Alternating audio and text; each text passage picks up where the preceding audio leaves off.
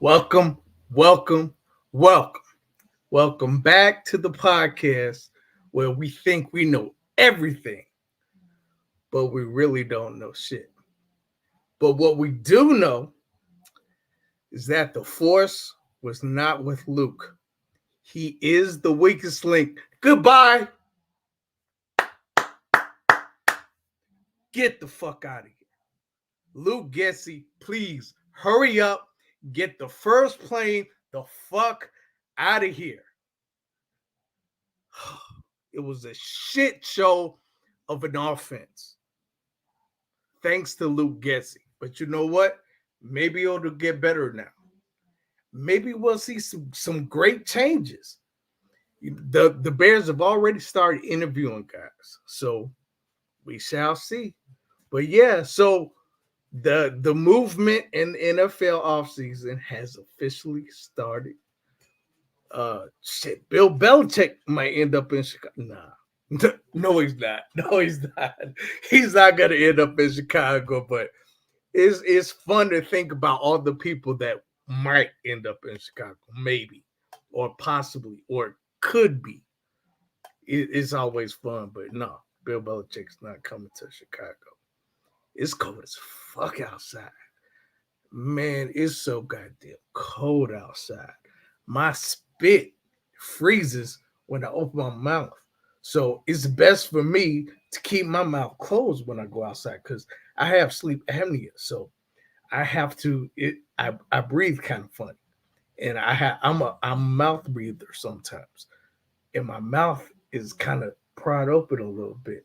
It's so goddamn cold though. It freezes my mouth together, man. It's crazy. It's so cold outside. But hey, you know what? I'm just happy to be alive, man. I'm happy to be alive. I'm happy to be with my guys. I'm happy to have this podcast. We got a lot to talk about today, and we have a great guest. Yes, in my opinion, the best quarterback the Bears have ever had. And no, not Jay Cutler. Not Jay Cutler. But you'll see. But yeah, man. So I'm excited to get this thing kicked off. So let's do it. You are now rocking with the Chicago Clubhouse podcast, where they think they know everything, but honestly, they don't know shit.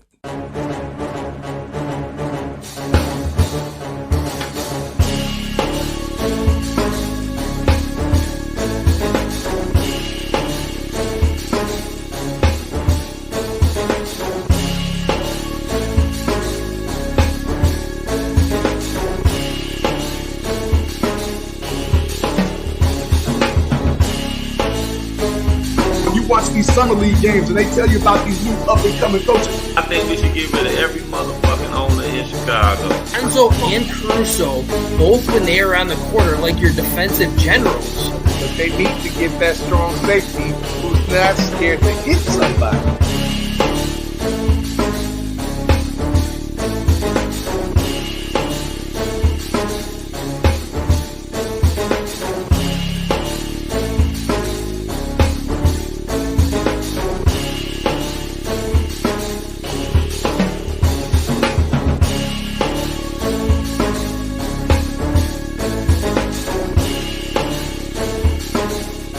They really don't know shit.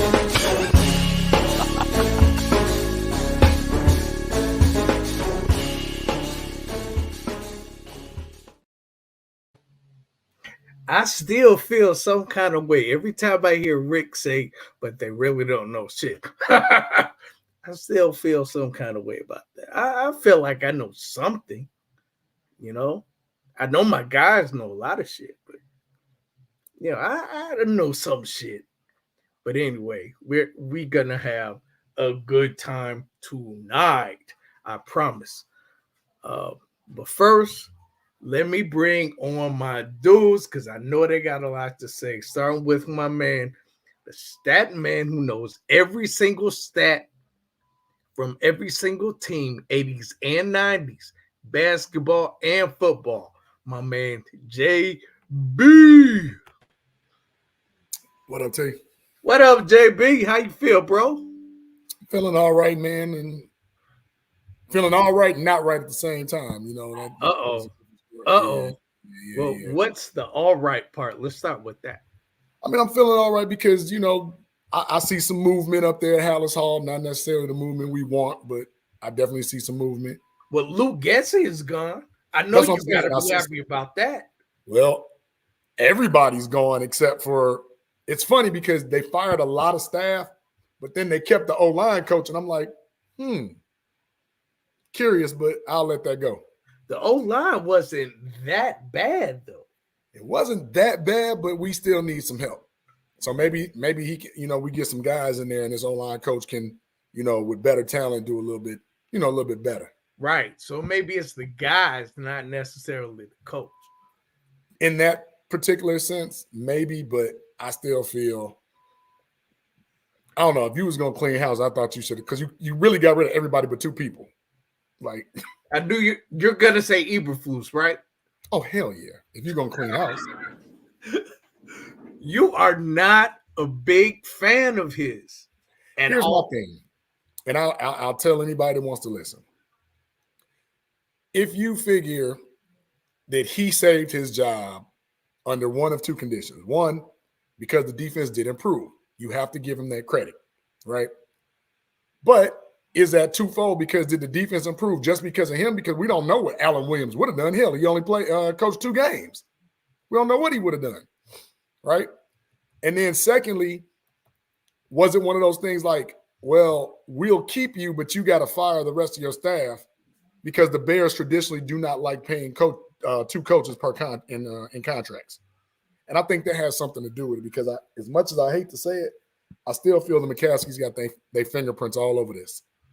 They really do. Think so, huh? Because think of it like this. If you knew that you was going after somebody like a Jim Harbaugh and Jim Harbaugh wanted to come here, you telling me you wouldn't get rid of Eberflus? And I'm not a Harbaugh supporter, but I'm telling you, if a guy of that caliber wanted to come here, you going to keep this clown? Like, make it make sense. True. Well, we will dig deeper into that as the show moves on. But let's bring in the rest of the All-Star team. Next, my man who probably has the foulest mouth in the city. Although I think he's been a little bit tame the last couple shows. But let's bring him in. My man, Foul Mouth C. Foul Mouth. What up, fellas? What up? You trying to set the mood? It's dark, man. We can't see. Hey, trying something new. Well, you trying to be romantic? What are you doing, man? Nah, you don't see no candles lit around here. What's up with the glasses, man? Hey, just trying something new. Trying to look intellectual, but you really don't know shit. It's the off season. It's time to look intellectual. Time to look studious. We got a lot of homework to do. Studious. Now, you know your ass ain't go to no classes, man. What are you talking about? Them days is over with. What's up, Grogu? Grogu? How's Grogu, man? No, man, you know him. He always chilling with his little green ass. No, so he be chilling. What do you think about Luke Getsy getting the fuck out of here? I like that. Thought he should have been out of here a fucking long time ago. I know Grogu. Grogu thinks the same shit. Now you know that's not the Bears style. No, it's not. I mean, but they got him out of there in 2 years. So I know I was listening to JB and I was just shaking my head. Some of the stuff he said. Like, we all know that Eberflus wasn't his hell person that JB liked anyway, so he ready to kick him to the curb. Eberflus was not the weakest link. Getsy was. So Getsy had to go. So Eberflus, yeah, he hung on to his shit. I don't know if JB suggested that the McCaskies had their hands all over that. And that may be true. And Ryan Poles, you know, he can't really do anything if the McCaskies say, hey, we want him to sit in that spot for another season. Ryan Poles can't do shit. Yeah, But I mean, Brian the only thing, Rose might have been thinking he got to go too. Eberflus got to go just like Getsy, but yeah, and I know JB was saying something about Jim Harbaugh, and like I said, if you bring in Jim Harbaugh, look, I'm a Michigan man, we national champions, all that. But if you bring in Jim Harbaugh, you're gonna basically have to get rid of Ryan Poles too. Jim Harbaugh is looking to come into a situation where he's going to be the head man in charge. He ain't trying to take no orders from no GM. He basically wants to be the GM and the coach. That's why he got ran out of San Francisco, and he's having problems down there in Michigan now with the AD director. I mean, with the athletic director. I'm sorry, AD director. so we'll get into more of that later too. Yeah. Let's bring in the next part of the All-Star team. He's not the rookie anymore, though. We got the rookie. He's got to get dressed, though. So right now, we're going to bring in my man with that Hawk talk. But we ain't going to talk about no damn Blackhawks tonight, man. But let's bring him in, Frank the Tank. He always just tells me we're not going to talk about any Hawks tonight. Well, so good. So you know we're not going to talk about it tonight. Okay. Is there an echo? We'll see. We'll see. Does anybody else hear an echo? It could be echo. No. I don't. I don't hear an echo. Foul. We for some odd reason you have two pictures on your screen, dude. Are you logged onto your computer and your phone? That's why you hear an echo. Nah, I'm not logged in. I'm on the phone. But you know what? Let me go ahead. I'm gonna exit out. Okay. That'll help. He's still on his other one though. Let me kick him from the studio. See if kick him from the studio. Yeah. All right, there. I kicked him. Hopefully that works. And kick his ass to the curb. Hey man, stop kicking people, man. That's me. So our guest tonight, like I said, in my opinion, the best quarterback the Bears have ever had. And it's not Jay Cutler. It's not Jay Cutler. Sorry. This is true. Yeah. Jay Cutler was not a leader of a team. He was not a leader of a team. He could throw. And he was tough. But the guest we have on tonight was the leader of a team. He could throw and he was tough. And in this highlight reel that we're going to show that Easy put together and put his foot in it, blood, sweat, and tears, in this reel will show how tough this quarterback was in the throws that he made. So, Frank, do you have that queued up? I don't, but I can cue it up. Yeah, cue that up. Because I don't feel like looking for it. I got you. Here we go. Hit it.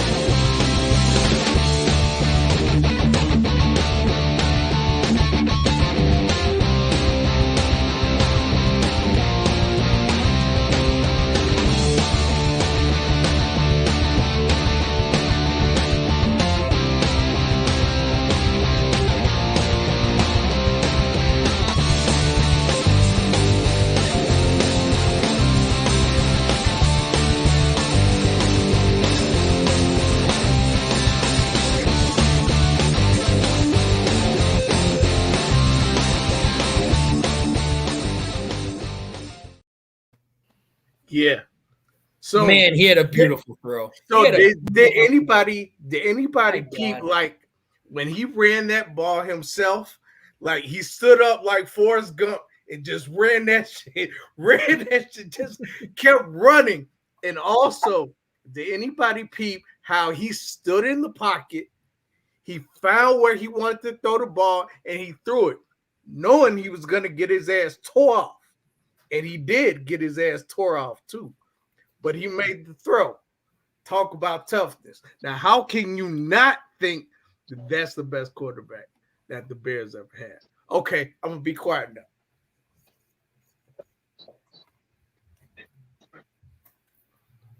Yeah, that's That's what I you waiting for. We have no argument. Somebody We was have gonna no disagree argument with with me. We have no argument with that. No argument with that. No. Well, let's bring him in, man. Erik Kramer. Fellas, how you doing tonight? What's going on, eh? You got me thinking I can still play, man. You probably can, Erik. Those were some fun days. So they could use your help. Yeah, Definitely use your help. Right. Yeah. Instead of a rookie backup, we'll have like a veteran real backup. How about that? Well, I don't want to diss Tyson Bagent, though. I don't exactly. want to diss him. Just in case we need him. I don't want to diss You're not wrong on having a veteran back there, too, though. Yeah. You're not wrong on that. Right. So Erik, what's up, EK? Go ahead. Go ahead, T. Not too much, man. If we're getting started on Tyson Bagent, I'm just gonna let you know right now I'm a big believer.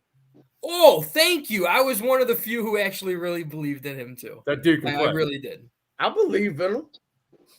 He's a project. He's not ready to go right now, but somebody you keep on the roster as a project, see what he can be in a couple years. I don't even think he's a project. He's what we need him to be. He's an adequate backup. Yeah, but I mean, a project meaning he can be better possibly than a backup is where I'm going.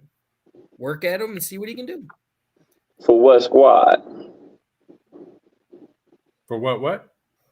I'm telling him for what squad. I mean, is it going to hurt not having him on the Bears? No, it wouldn't. It wouldn't hurt him. But I mean, you talking about better than the backup? That means he's going to be a starter. So no, you're not wrong on that one. But where I'm going with this is I'm saying like we're all in agreement here. We'll get Eric's take on this too. But we all want Justin back next year. Have him for 2 more years.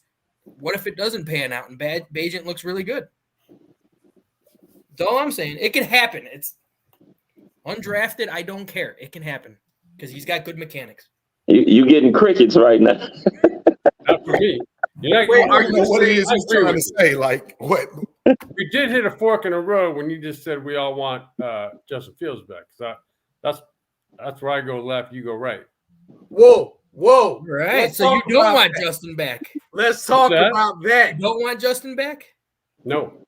Oh, we want to hear. Whoa. That's what I want to dive right into what you felt. Talk Eric, about that. We wanted to learn a little bit more about you, Erik, but you just jumped right in.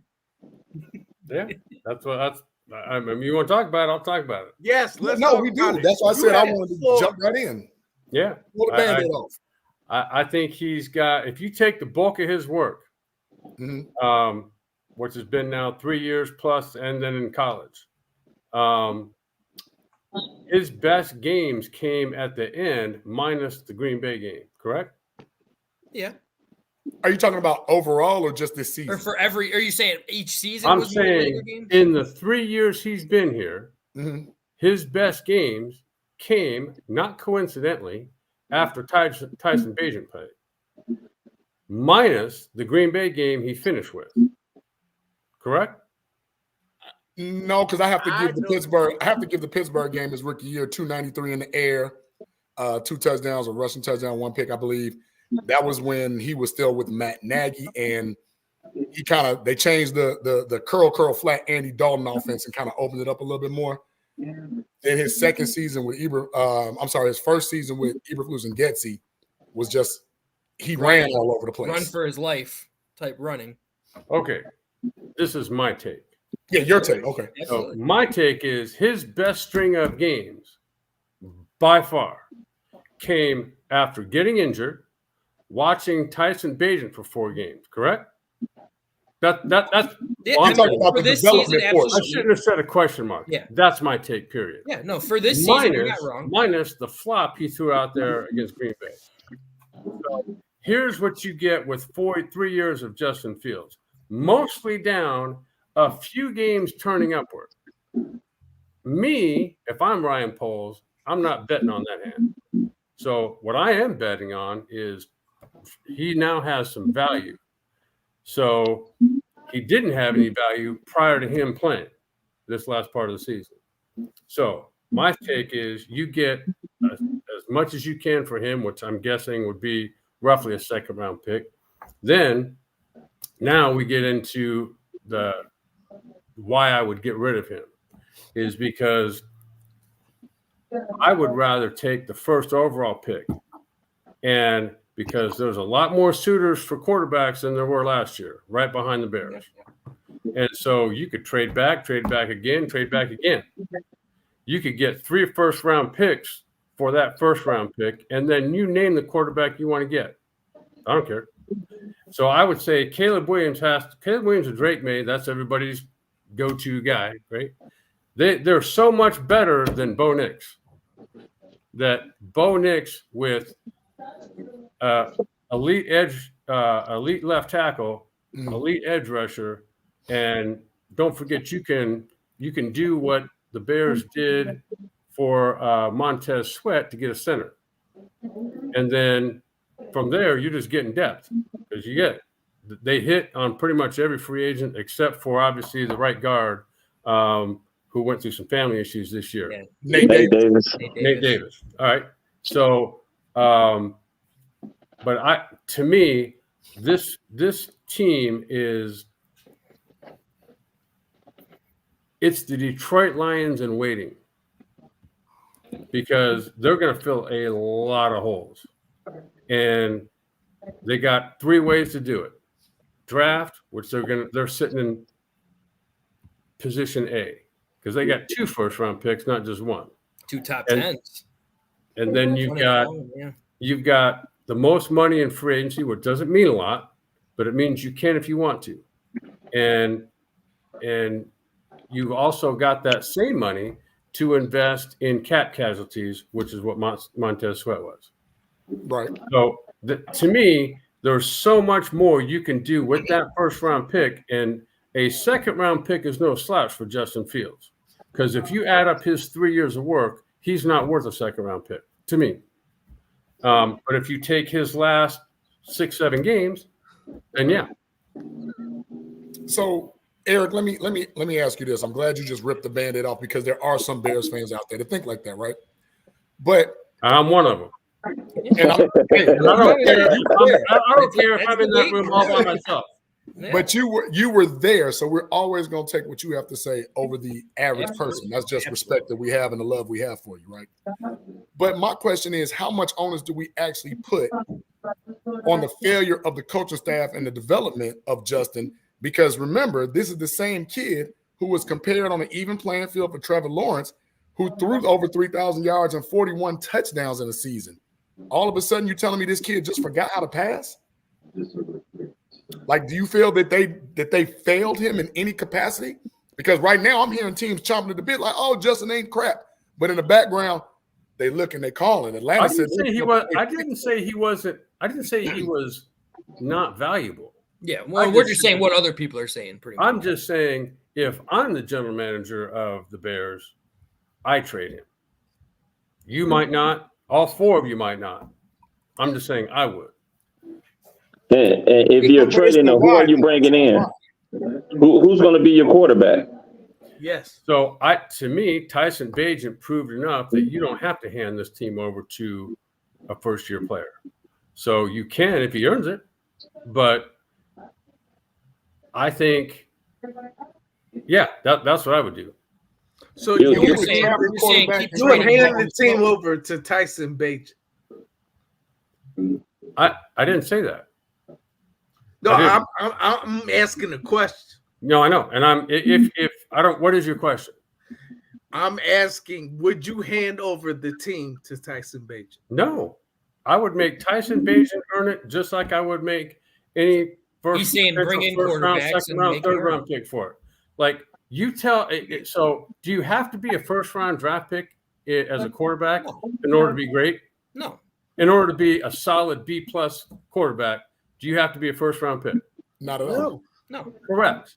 So why is Caleb Williams and Drake May the only possibilities? I don't want Caleb Williams. I'm not a fan of. Nobody on this panel pretty much is a fan of Caleb Williams because I'm not, because I know truly in my heart that he does not want to be a Bear. So is that who you would bring in? He does not want to be a Bear.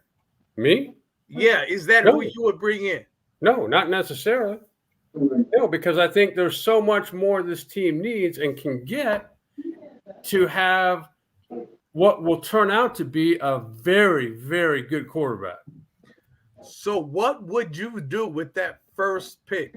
I just told you. He would trade it and get one. You would trade that pick. I would trade it, and I would trade one time to get the number 2 pick. I would trade it again to get whatever pick that team has, which is going to be more than what their first round pick is. That's funny because I just said that too. That I would trade down to 3. I wouldn't mind it. Yeah. And then who gives you the long term, like a Laramie Tunsil, Trent Williams? There's a bunch of good left tackles out there. There's not 15, but there's a lot. And so, and the impact player might not be the left tackle. It could be. But if it's my choice and I evaluate everybody and I say, yes, this is that guy.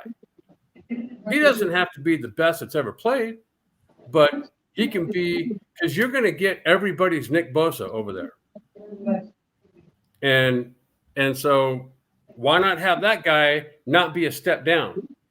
Then you've got 2 great left tackles or 2 great tackles, and you've got Tevin Jenkins, and you're building depth. So I agree with you there because I'm all for drafting Joe Alt. I believe we need to get Joe Alt at left tackle. He's a stud. He's got that Quentin Nelson nastiness to him. 6'8" kid, just doesn't give up sacks, very agile. I need that. And I'm not saying, I know Pro Football Focus will lead you all to believe that all of us, that Braxton Jones is not that bad. But what's wrong with having elite? Nothing.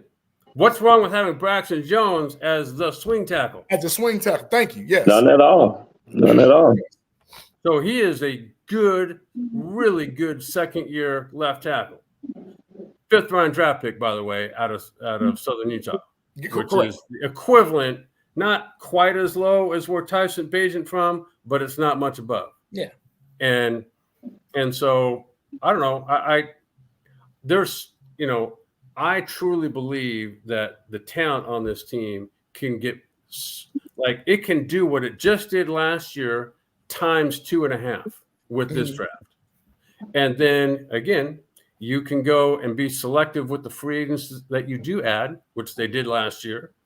And you can get, maybe it's an off season, maybe it's an in-season acquisition like they did with Montez Sweat this year. Yeah. I don't know. I mean, you don't have to spend frivolously. To me, Ryan Poles does a great job of doing his homework. So I don't think, this is where you and I are going to disagree, JB. I do not think that, and I know, what's his name, George McCaskey. Okay. So he's a good guy. He just doesn't know football. And I think that we always joke around about that. It's sad. I got it. So that's nothing new to anybody. But what is new is that this family of the McCaskies took a step back and said, Ryan Poles and Matt Eberflus, we trust you. In my lifetime, that hasn't happened. And a lot of guys. It's the first time we've actually felt like that as fans too. When we brought in this regime, it's like we feel like the McCaskies finally said, "Hey, we're going to be the face of the Bears, but we're going to let them run the football operations." And I think they've done a good job with it. I love that, yeah. But see, let me pause and backtrack a little bit too, because I'm still stuck on the blame game, as we call it, right? Matt Eberflus, although Ryan Poles, Ian Cunningham, all those guys, right? They were rookies at their position. Then you get a first-time head coach. I'm not satisfied in Matt Eberflus's decision making when it comes to picking coaching staff. Getsy did not develop Justin, neither did Janoko. They called plays that made us think we were in a Pop Warner league. They just did not do Justin or the Bears any type of diligence. My thing is, of which I'm scary is, and if I'm reading you right, build the team around and plug and play. Like if a Kirk Cousins became available, get the stud left tackle, get the stud linebacker, get the stud D tackle edge rusher. Kirk Cousins can come in and win with that team. Are you confident that? That's the mold. I'm just like anybody that can read a defense, stand in the pocket, look defenders one way, throw the other, and move the team. That's what this team needs. Justin Fields, I would love to be here sitting here say that's the guy. He's not the guy. So you've got the number 1 overall pick. There's plenty of guys in this draft that can do that. Not whoever you pick, there's going to be more. Whoever you think can, there's others. So earlier you said that the Bears are like the new Detroit Lions in the making, or something to that. I do. I think the Detroit Lions, what they've done this year, started, since Dan Campbell got there. It didn't look pretty at first. It didn't look at all good the first half of last year.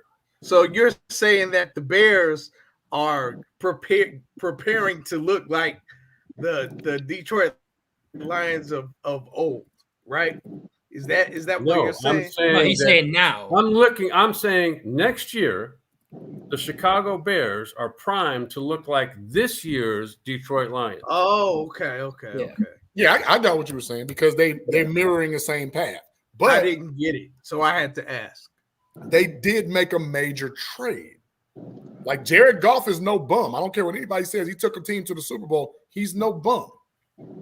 He proved that this year. He was like that. This is the greatest story going right now. You can win with Jared Goff. Completely win with Jared Goff. Absolutely. He's a manager. Whatever. I mean, he wins. To me, he's one of the top 5 quarterbacks in the league. He might not be the top 2 or 3, but you put him in with. Statistically, he is currently, yeah. But I mean, that's where I was actually going to go, Eric, as far as like Jared Goff came over here and I felt like he fit the Detroit Lions system perfectly. Where when you drafted Justin, you immediately will start off with that Matt Nagy dude who decided to build a similar type system of I have a brain fart right now. What was it? Andy Dalton. He had the same system as Andy Dalton in for Justin Fields, which that's not Justin Fields' game.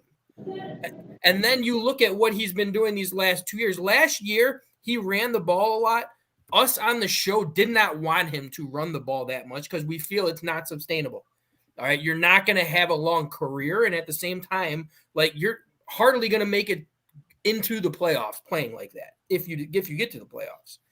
But we look at like systems type things, like. And I want your take on this because with you being, in my eyes, probably one of the greatest quarterbacks in Bears history, if not the greatest quarterback in Bears history. 38 and 30. When you have, I will say this right away, Justin Fields does struggle at reading defenses. I'm not going to deny that at all. But when you see blitzes and you see people in his face right away and you know these blitzes are coming, why, like, what's the number 1 play call that you would want when you know blitzes are coming? You would want to throw slants. Well, let me back up. That not necessarily. So it depends on the scheme that you're facing. It depends on the game plan going in, are you supposed to go to this play versus that play? Are you supposed to side adjust off what you see coming? So, for instance, when it's 3rd and 7 or more, you do not want to have 5 people out in the route because what defense is going to do is force you to throw a hot and tackle them for 5 yards. So you want at least a back or tight end or both, and because they chip their way out, and so let me. I know I'm getting off track here a little bit. No, you're fine. But let me just say this to go back to the Detroit Lions. Okay, they started out last year, not this year, but I don't know, the year before. When Danny Campbell first came in, he had Anthony Lynn as the offensive coordinator, which he then took the play calling responsibilities away from, which was not Dan Campbell's forte. Let me tell you, he screwed that up huge. And then they got Ben Johnson. So Ben Johnson is an elite offensive coordinator. Agreed. Not what happened here with the Bears. So I agree with you that Matt Eberflus was very challenged in selecting Luke Getsy. He should have never did it. I agree with you there too. I was at the game when they played San Francisco a year ago, and there's no such thing in anyone's offense except this one, where against man coverage you start a speed out and stop. There's no such thing as that, except with Luke Getsy there is. And then it took him half a season to figure out when teams play man on the inside and zone, man on the outside and zone on the inside, that you basically run the outside guy off and run a crossing pattern with somebody from the inside. Why did it take him half a season to figure that out? I always say, why does it take like couch potatoes like us four in here who know that, and Luke Getsy does it? And they had the number one rushing offense in America. Yeah. And then this year decided, that's not what we do. So that actually is what you do, and it's what your offensive line is very, very good at. Yeah, I just want to. Yeah, go ahead, Eric. I'll wait till you finish. But I'm just saying, like, and I'll go back to Justin Fields a little bit.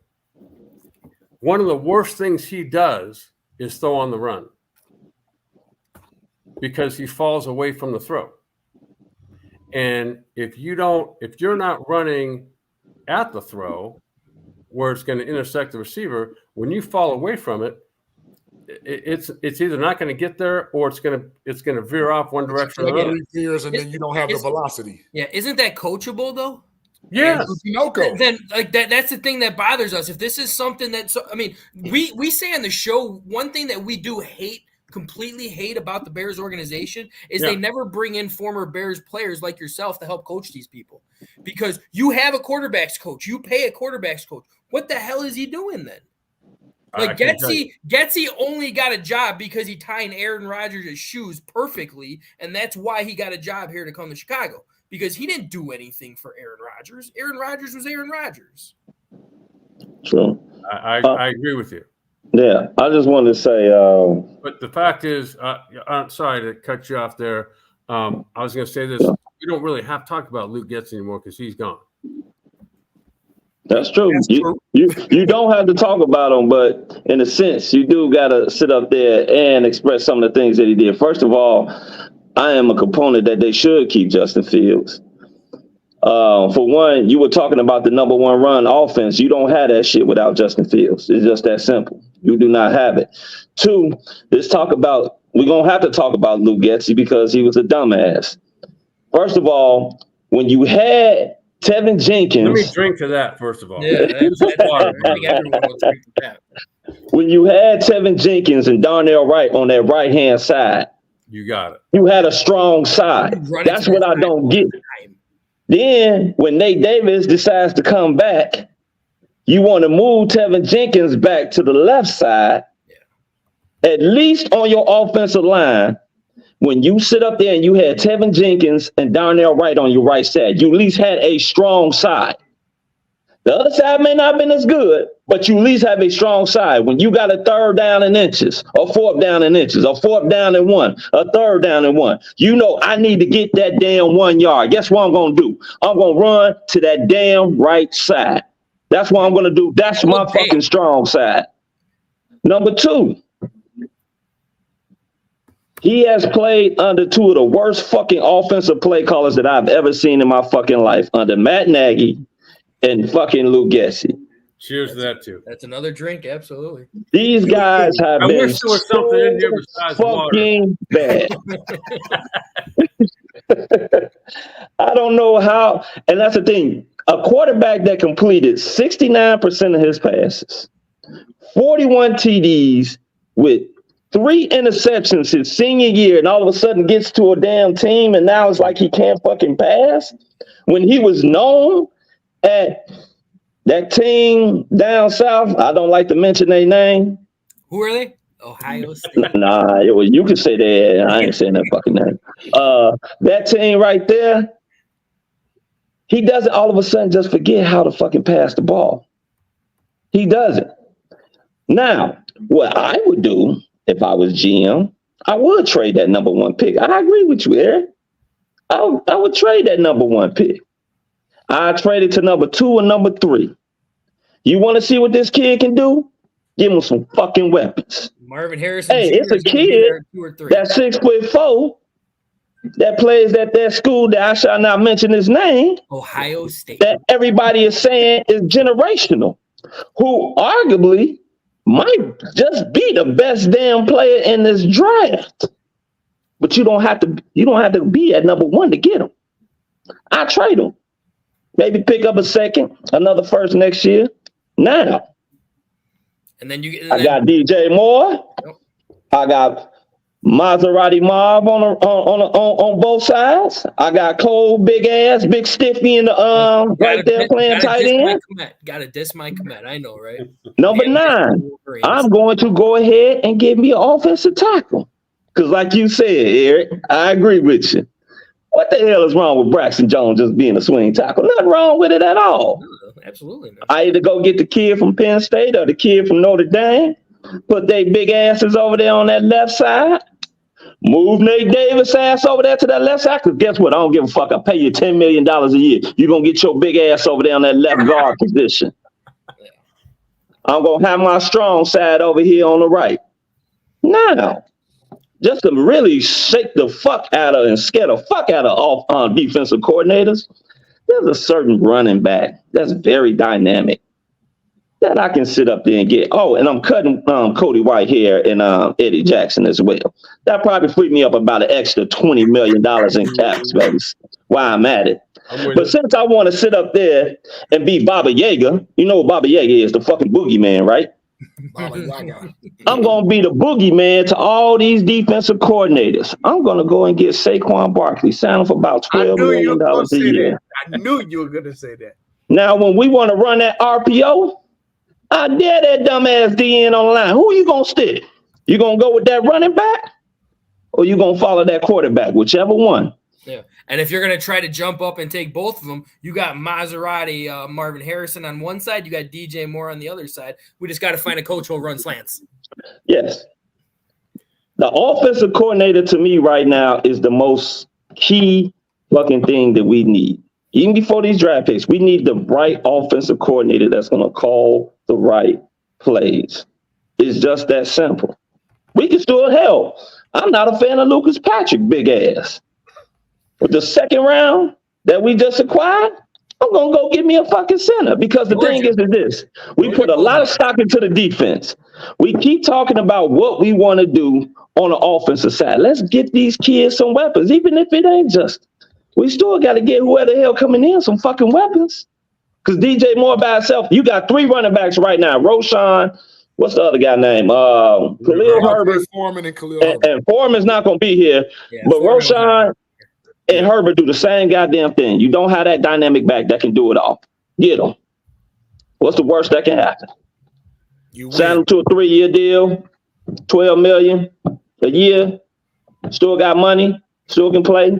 And still extend Jalen Johnson. That's fucking right. You talking about we gonna be Detroit? We gonna get Detroit their ass. We gave them their ass this year. Fuck Detroit. I'm on Green Bay.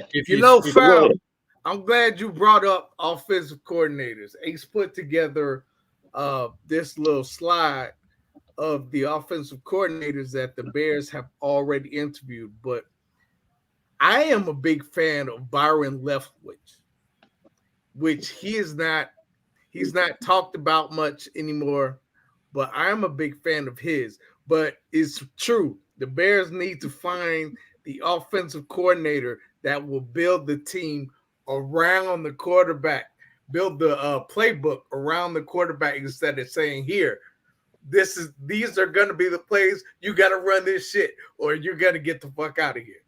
No, we need that coordinator that's going to tailor his book to what the quarterback can do, to his strengths. So let's put this up.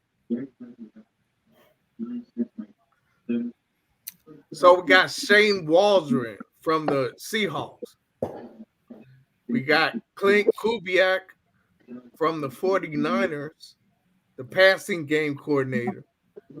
Then you got Greg Olson, the Seahawks QB coach, not to be confused with Greg. Yeah, I had a double take at that one. I'm not gonna lie. I was like, wait, Greg Olson wants to be a coach?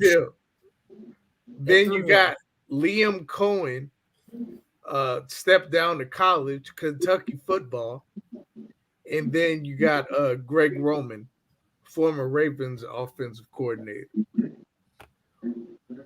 Who do you guys like? Who wants to go first? You're on mute. That 5-pack you just put up there, I'd take Clint Kubiak. Clint Kubiak. Why? Well, because his dad was a very smart guy, and came out of that, Mike Shanahan offense, which was absolutely dominant. That's the one that everyone's running today.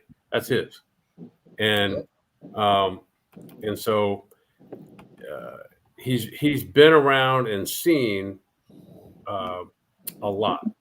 So and to me, that's where guys like DJ Moore should be used more like Deebo Samuel, where you talked about Braxton Jones. Why couldn't he be a move back in the backfield as an extra blocker? And because there's one thing that dude can do is run block. He's a big boy. He's developed into a pass blocker too. My point is, there's more things you can get people to do rather than just their position. Kind of like basketball, where you would rather have a guy that's 6'10", 6'11", 7 feet, but can play guard too. Mm-hmm. And the more a guy can do, and this is, to me, Luke Getsy fell apart at not doing more, not having players use more of their versatility than what they're just, like wide receiver. Wide receiver what? I mean, that guy's got running back written all over him, DJ Moore. DJ Moore can do anything if you put the damn ball in his hand. Anything.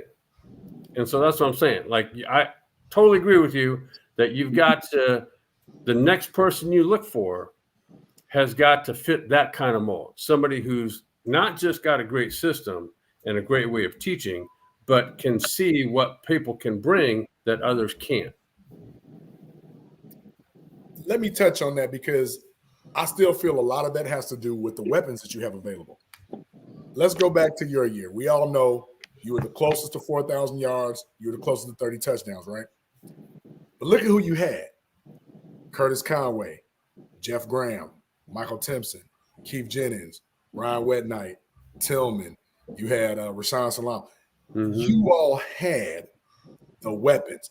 My only conversation that I would have with you, and this would be off air, did Wanstead really know what he was doing? But that's neither here nor there. Because if you want a quick answer, yes, he did. Because that was, I'm saying, as far as picking the coordinators, because that team should have stuck together a little bit more. That was probably my favorite Bears team after the 85 Bears. I get you. But had that team had a general manager there was no general manager at that time. Turn the ball. Had they turned, let me just say this. Had Jerry Jones been the owner of the Bears back then we'd have won a couple of Super Bowls. Mm-hmm. And if Detroit, like if that coaching staff could have had Detroit's talent when I was there in Detroit, we'd won a couple Super Bowl. And so I don't think Dave wants. Wayne got you all to the conference championship, right? Wayne did. Wayne Fonts, isn't that the? He was the head coach. I mean, he was the coach. I'm sorry, he was the coach. He occupied that parking spot, yeah. But okay, so he gets the credit as coaching that team. So you basically saying he the damn coach that didn't know what the hell he was doing. He wasn't that great of a coach. Oh, I love it. But I was bringing that up to say, no matter who comes in here at the coordinator position, we still don't have the weapons to compete with the Dallases, the Phillies, the San Franciscos. You know what I'm saying? We're not there yet.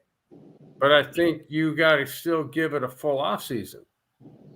Like, you're right today. But yeah, I'm just speaking of today. I'm just saying, okay, but think ahead 3 or 4 months from now. I think that I'm nervous. That makes the comment you just made will not be the case in 4 months. No, not at all. No. And there won't have been one game played between now and then. I'm still nervous because as of right now, Ryan Poles has failed to give me a quality offensive player. Remember, you deserve to feel nervous, as we all he drafted Velvet Jones. That still hurts. That still hurts.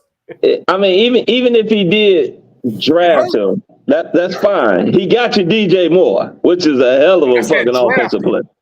I said drafted. Okay. No, you said he failed to get you. Now you're saying drafted. Okay. Give him some credit for the right tackle. And who else offensively is playing right now that was drafted by Poles?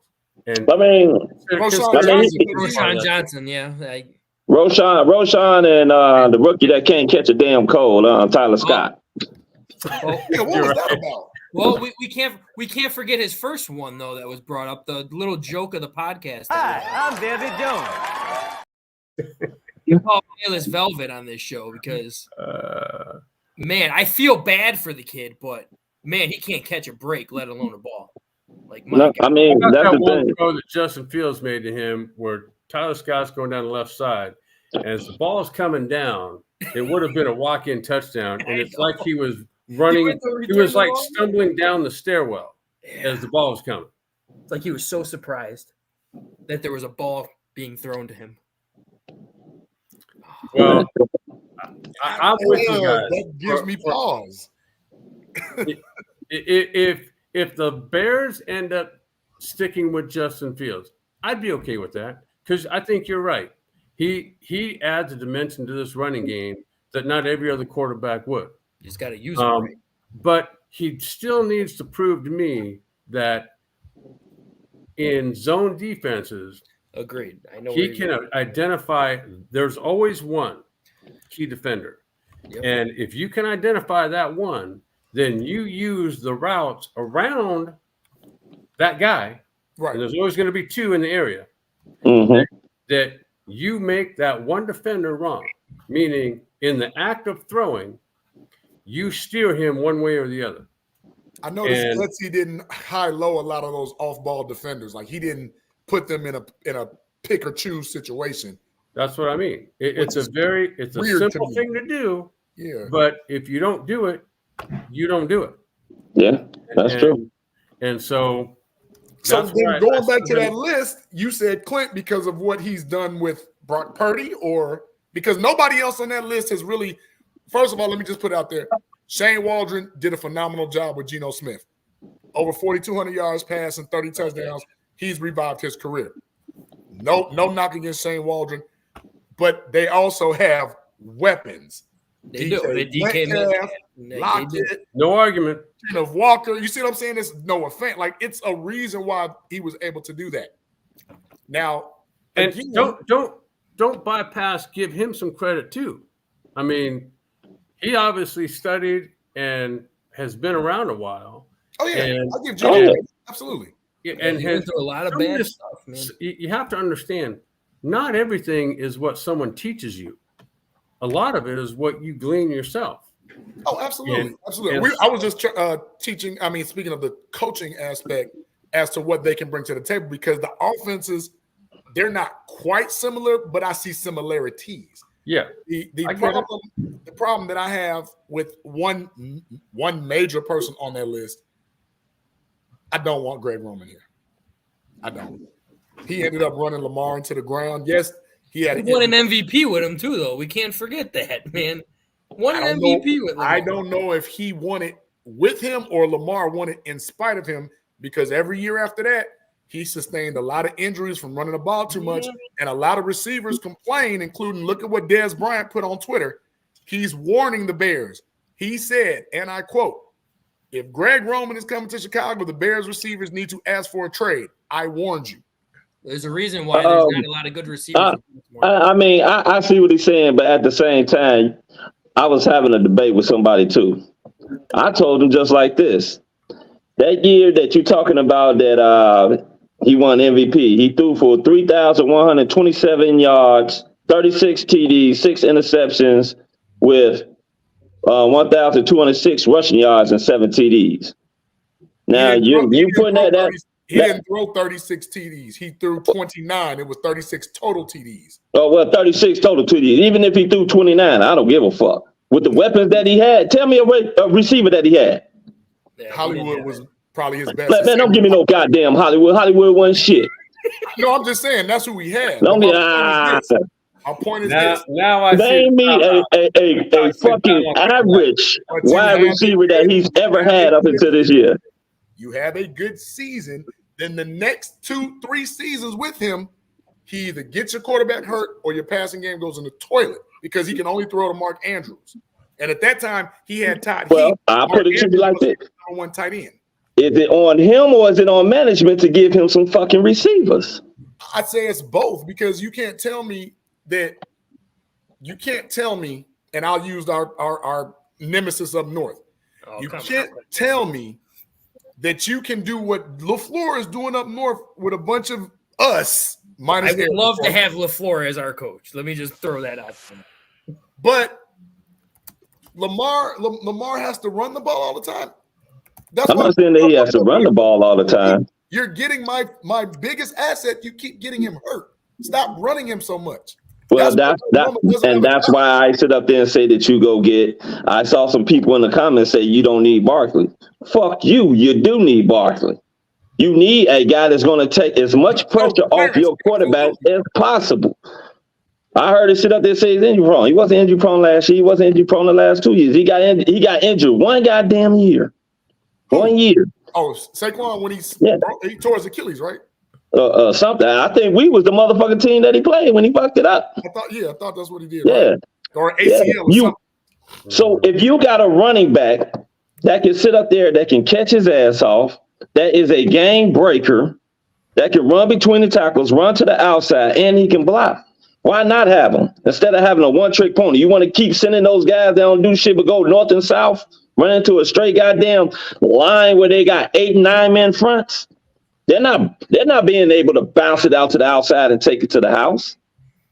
You can't sit up there and swing them out. Shit, half our damn running backs can't even catch. Yeah, I agree with you. Like, all right, before we let you go, Eric, we want to. Oh, you got to go already?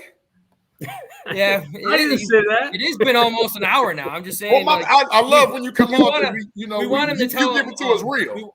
We want him to tell us what he's doing now, and because he's got a great book that's out now. Oh, yeah. We want to hear about that type stuff. So we want. Let's know about the book. Yeah, I co-wrote a book called The Ultimate Comeback. It was William Croyle. I call him Bill.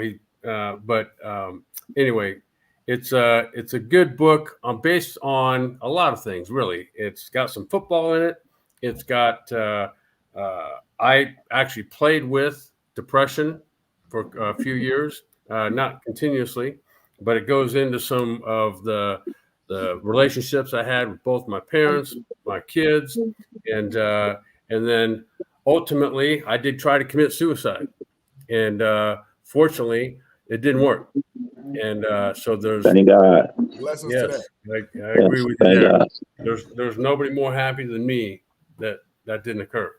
And Eric, so you wouldn't happen to have the book with you right now, do you? So you can actually show it on the screen. you know what? Don't worry about it. I'm gonna get a picture of it up here. Okay, and thank where you. we can get I'm a gonna copy get a picture of for it. sure. It's on Keep Amazon. going, Eric. Keep talking. Oh, Amazon. Yeah, Okay. yeah. And so it's just it's maybe a couple hundred pages long, 210, I think, something like that. So it's not a tremendously long read. And we're working right now, actually trying to make it into an audiobook as well. So anyway, it's got a lot of good info in there. Everything I've heard from either people that have known me forever or not known me a second. It seems to be resonate. It resonates with a lot of people. Yeah. I just want to say, E, you are an inspiration, brother. I'm from deep down from the bottom of my heart, because you are a very strong individual. I don't think people even know the magnitude that it takes to bring yourself out of a dark place. Yeah. Like, it is hard. I've been there. I've been in a place where I just wanted to give up. So I know how that feeling is, that you gone and that you persevere, brother. And I tip my hat to you. I'm so happy that you're here with us, discussing this with us. And I'm damn sure going to go and get your book. I appreciate I got it that. right here for everyone to see too. Oh, there we go. Oh, that's awesome right there. Yep, right on Amazon. You get it in a lot of places from what I'm looking at right now, but it looks like it's keen on Amazon right now. I'm definitely gonna have to pick one up too. Yeah. Eric, you look good on that picture, man. I know, right? Right. Normally or what? Wait, is Where that the hell you California? at? Montana or some shit? That is No, not man, a Chicago background. That's this is where I live right here. That's what I said. That's That's a Cali, beautiful right? background Yeah. right there. Yep. Man. So, Yeah. Eric, as I understand it, words, most of us understand it. The mental health arena is really important to you. And how are you kind of working with that right now? So for the last, I'd say 3-ish years, I've been working with a couple folks on getting a mental health program going for young kids and families. And we want to start this out as an after-school program. There's where I live in Thousand Oaks. It's considered Ventura County.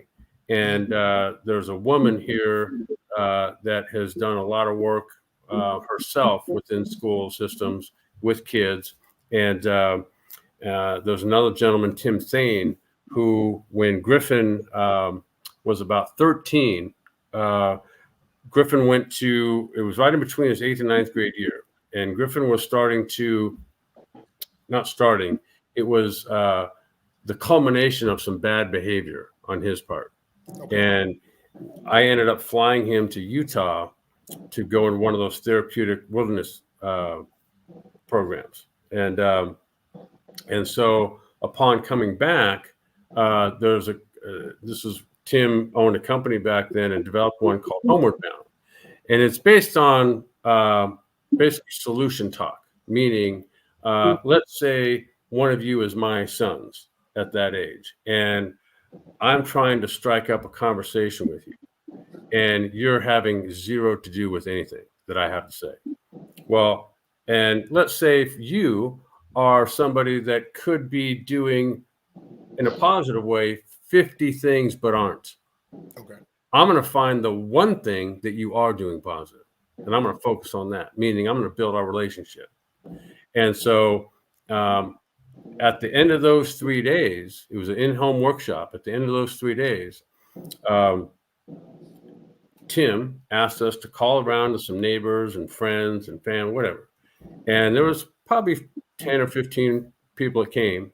And Griffin, after Tim stood up and said, okay, this is what we've been doing these last few days.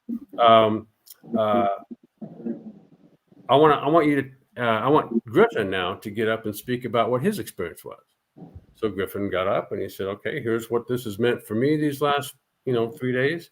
And I would like each of you to be what is considered my home team. So if I can come to you, if you can call me up, because remember, he was 13 years old.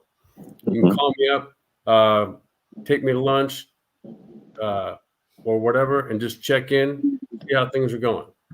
And so the the program I want to promote is just that. So Catherine Casimir is the other person, and the way I met her was after Griffin had passed away. It was probably a year and a half later. There was something called a reality party, and I found out about it. It was in my neighborhood, and it's basically where Catherine has an improv background, and so she and her people that are with her would teach in that afternoon. They'd kind of play act scenes that would happen at a high school party in someone's house. And then it was kind of a staged, half hour or so tour.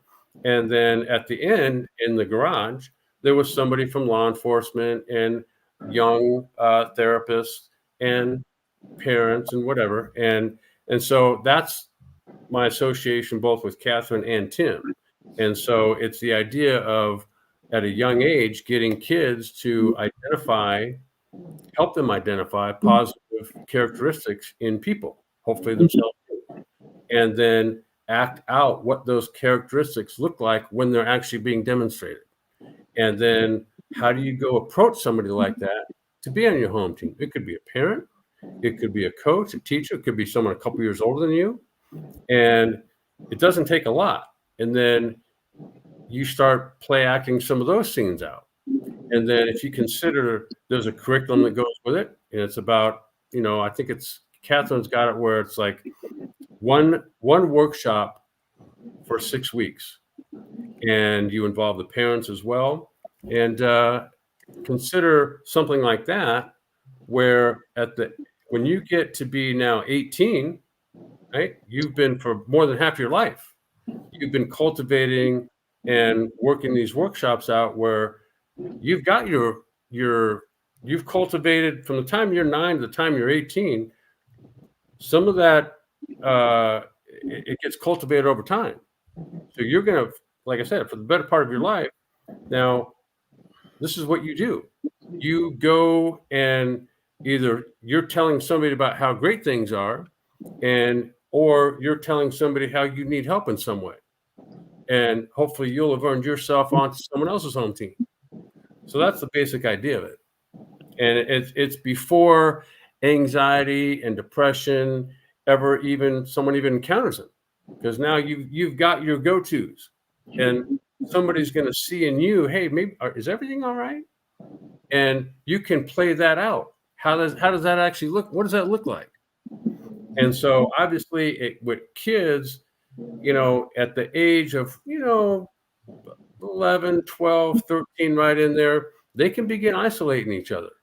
Yeah. And they can, whether it's online or whether it's face to face, and when you are, let's say you've got a group of, say, 10 to 15 kids, and who's going to raise their hand and go, you know what? I loved it when Sarah or Johnny ganged up, pulled a couple other friends together and ganged up on my friend. I love that. Nobody's going to say that. No. Right. So, but you're going to have useful kind of almost a team around you to help identify when something like that not only happens, but not only identify it, but what to do about it. Yeah. And so, it's the act of not being alone, really, when you think about it. Yeah, I like that. And bullying happens by somebody who themselves feels bad about themselves, and then takes it up. They find the weak lamb, and so we're not going to have any weak lambs. And so yeah, and that's basically that's what it's going. That's the pilot program. It's what it's going to start out at.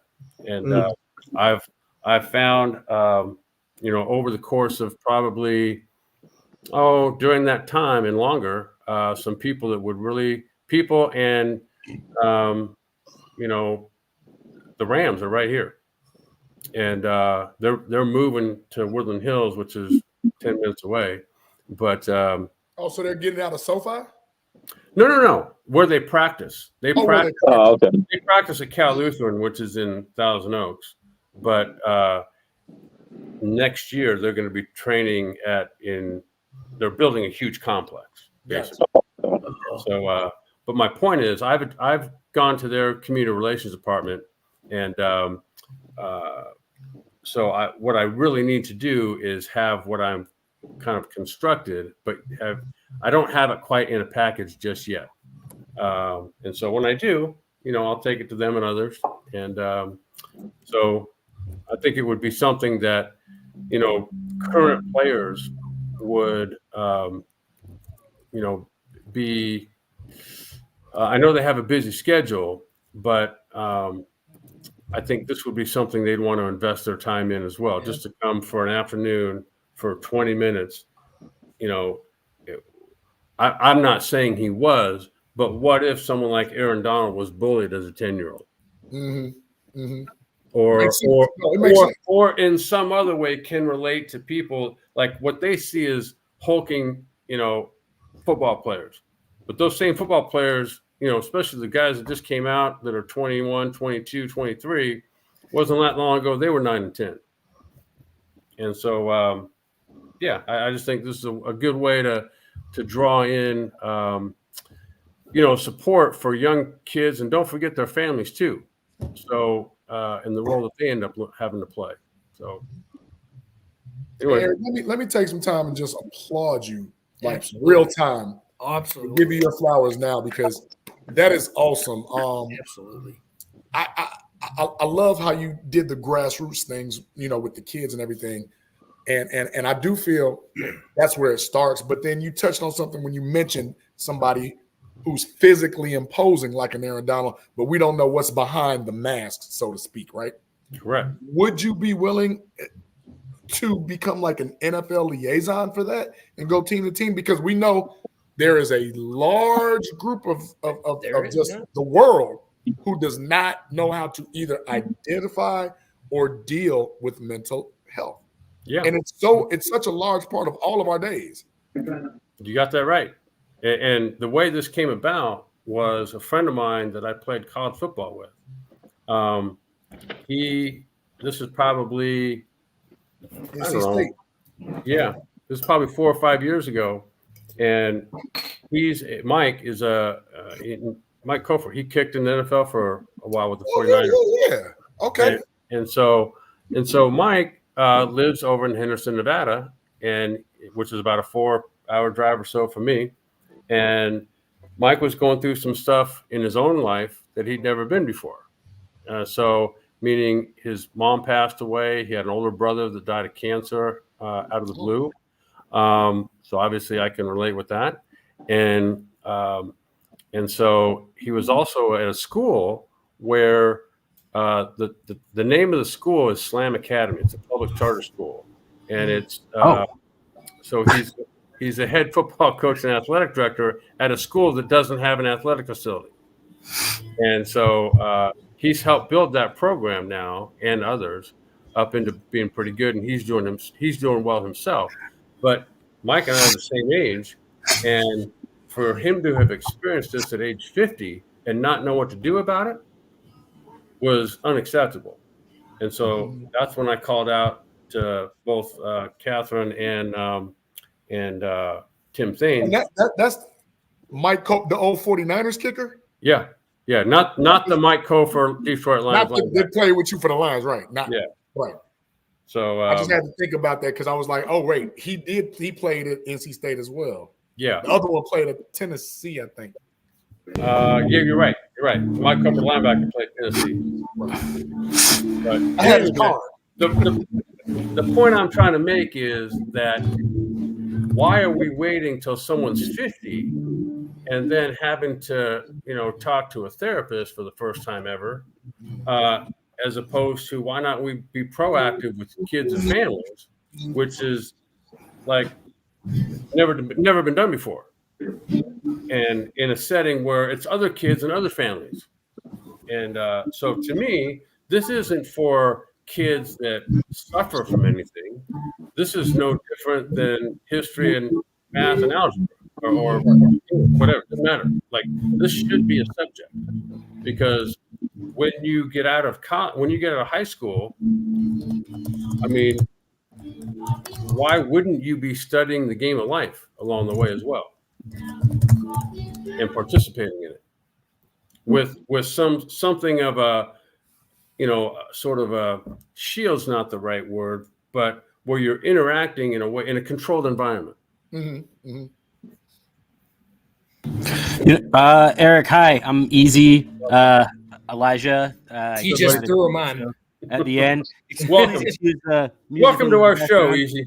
He wanted to introduce himself, so. But yeah, I excuse the music in the background. My brother roommate is having band practice, so I just wanted to say, all right. So yeah, so you and we actually talked towards the end of last year just about all of this.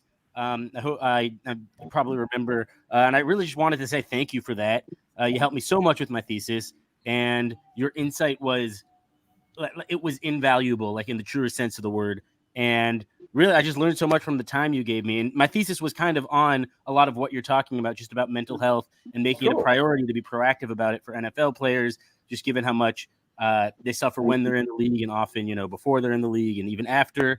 And, just a lot of the things that you shared with me were very helpful towards that. So thank you for that. And I'm glad that you're continuing to be proactive about this kind of thing. I appreciate that. It's obviously, not only is it worthwhile, but it's long overdue. Yeah. And so, there was nothing remotely like this when I was a kid. There was nothing remotely like this when my parents were kids. Mm-hmm. And so I just think it's time has come, and I'm glad it did help in what you put together last year. Well, thank you. Yeah, and thanks a bunch, man, for coming on. We'll definitely have to get you on again once. Once they don't draft Caleb Williams and move back, we'll try to get you on. Here's what is a guarantee with Chicago: there's never a shortage of things to talk about. No, never. That part. Even off Bears season, we could still talk Bears. So I mean, never is gonna hurt. But thanks again for coming on, man. We'll definitely keep in touch, and we'll have to get you on again. Yep, that sounds great, man. Good thing. Definitely leading up to the draft and after the draft. But wait, and congrats on having company. Please, all of our platforms, please say it again where we can find that, because I got the link right here. Okay, The Ultimate Comeback, and it's on Amazon. I got the link right here in the comments, everybody, with the. Don't look any further, and if you get it and you like it, throw a review on there for me. Absolutely. Yeah, yes, I got to get that. My mom already said she's going to order it. I got to get a hold of that. That's all right. That's so telling. Working with, I work with the kids anyway. I need that. Good to hear, man. I love it. Appreciate all you guys hanging out for a little bit. Obviously, thanks a lot, Eric. Appreciate it. Having me on. Yeah, absolutely. Have a good one. Asshole. Great. That was a joke. Great show. Yes, it was. Very great. Very great. Can I ask my trivia question now? You had a trivia question? I did. JB, I want to see if you know it. Wait, was it for Eric or was it for us? Well, it was for Eric, but I think Eric knows the answer. But in the Super Bowl era, there have been 2 Lions playoff wins. One was yesterday, and one was a very long time ago. So who are the 2 quarterbacks to win playoff games for the Lions? Wait, are you not including Jared Goff? Well, no, Jared Goff is one of them. Okay. I'm asking JB. I want to see if JB knows it. He's the stat man. Shit, that would be 91, right? Yes. Well, wasn't it? Did Matthew Stafford not win a playoff game? He did not. He lost. Oh, wow, that sucks. I thought he won one. But he lost. Matter of fact, I think he lost twice. But he lost twice. Yeah. He lost twice. 3 times. 3 times. Damn. I thought that was 92, if I'm not mistaken. I'm torn between. Probably Mitchell. No, I'm torn between Scott Mitchell, Rodney Peete, or Andre Ware. I'm torn between those 3. I'm going to give you the answer. You ready? Yeah. The correct answer is Erik Kramer. 91. It's Erik Kramer. Oh no, he was the backup and he came in. I think so. Yes. So that's the answer. That's insane. I just think that's cool that yesterday he got company for the first time. Yeah. Who 91? Who did they play? I'm trying to think. 91, was it the Cowboys? They played Dallas, yeah. Yeah, 91 had to be. Yeah, it was against Troy Aikman. Yeah, I believe he did beat Troy Aikman in 91, or was it 92? He did. Against Troy Aikman and Steve Berline. But he had a great game. 29 of 38, 341, and 3 touchdowns. That's a hell of a game. Hell yeah. Yeah. That was like Brett Perryman and those guys, right? Barry Sanders. Yeah, they Sanders, Willie Green scored. Let's see. Yeah, I mean Sanders is the main guy. Herman Moore, Mike Farr. That was receiver. Yeah. Just a fun bit of trivia. And we had him on our show. No, that's easy awesome strikes trivia. big time. I'll take it. Because wow. you know what so else? I just had a text come in that said it was 38-6. They blew out Troy Aikman and the Cowboys. Woo! Yeah, they beat him so bad that the Cowboys won the Super Bowl the next year. Yeah, that's crazy. I'm gonna say this. One thing I love about our show is that we disagree. We don't try to push narratives. Like if I don't like a person, I'm not trying to push a narrative, but we all push a narrative. Like Frank don't like that person, Easy's not gonna like that person, JB's not gonna like that person, or we feel that we shouldn't draft this person or something like that. And that's what makes our podcast so good, because of the difference of opinions. Prime example, Erik came here, said he don't want to keep Justin Fields, and I know it was a lot of eyebrows that went up. Like, well, I mean, he did say too in the end he probably would keep him right now because it's not going to hurt, at least for the 2 years. But he did say he does not feel Justin's the guy. At least, and there's nothing wrong with that. You know, some people, they may sit up there and agree with him just because, you know, he's a host or whatnot. You got that. Me, I don't care. I got my opinion. I don't give a shit who you are. I don't give a fuck how many years you played in the NFL. I'm still going to sit up there and either agree with you or disagree with you. One thing I was having a conversation about, I was having a conversation with my best friend, and we were talking. I told him, and I want you guys' opinion. I have seen a below average quarterback win a Super Bowl. Twice. But I can't remember a below average coach winning one. Oh, good. Oh. George Seifert. Here you go. George Seifert for real? No, I'm asking. Look, I wasn't alive.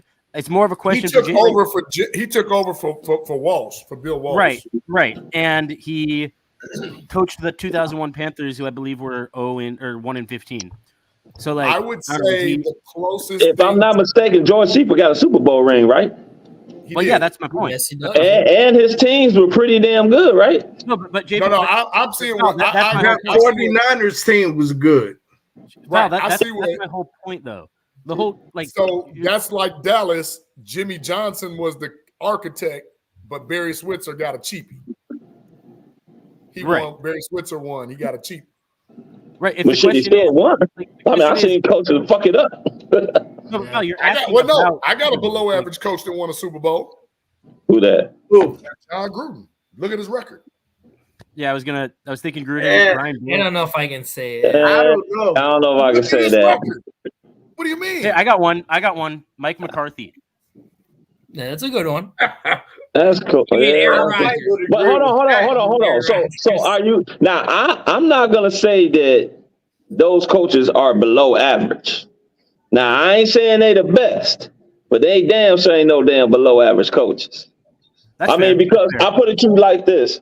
That's fair. Even though we look at those coaches, like McCarthy. McCarthy's a pretty good fucking regular season coach. Now he will fuck up from time to time in the goddamn playoffs. Yeah, he will. But overall, as a coach, he ain't bad. It's like a 10th place ribbon, though. Huh? Participation award. You're a good regular season coach. I'm gonna pay you like a regular season coach. Regular season coach. Frankie, I wanted to actually. Then in that case, they need to pay Dak as a regular season fucking quarterback because he ain't shit in the playoffs. That is true as well. I wanted to bring up that offensive coordinator thing since we really only got Erik's take on that. What is your guys' take on the so far? Can I drop a name? Can I name drop real quick? Just an idea. No. Mark Brunell. Who is he from the Can Canadian always League? count on you, Easy. Well, Mark Brunell. Y'all don't know who Can Mark always count on you. Yeah, but I'm saying, why? Well, he's been with the Lions. He's been with the Lions coaching golf the past couple of years. They've been doing he's been coaching for a while.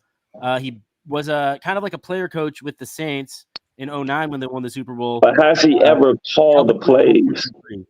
I don't know if he's called plays, but maybe not necessarily for OC, but someone that you want to have on your staff in some capacity. I just like guys who aren't so far removed from actually playing in today's NFL. That's why I like T-Nick's idea for Byron Leftwich. That's why I like Lorenzo's idea for Deuce Staley.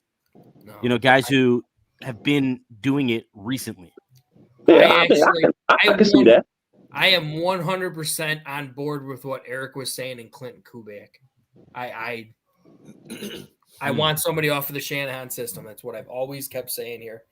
Guy's been in the league as a passing coordinator for a long time. Yes, he hasn't called plays, but neither did the guy who went to Houston. And look what they're doing. They won the first. I mean, I don't mind it. I wouldn't mind a guy that has his own shit as well, because the thing is this: the NFL is a copy league. I mean, how many goddamn Mike Shanahan and Gary Kubiaks and Sean McVay fucking offenses you want to see out there? Everybody gonna have one. That means that everybody know how to stop that motherfucker. Might as well change the NFL to the Shanahan football league.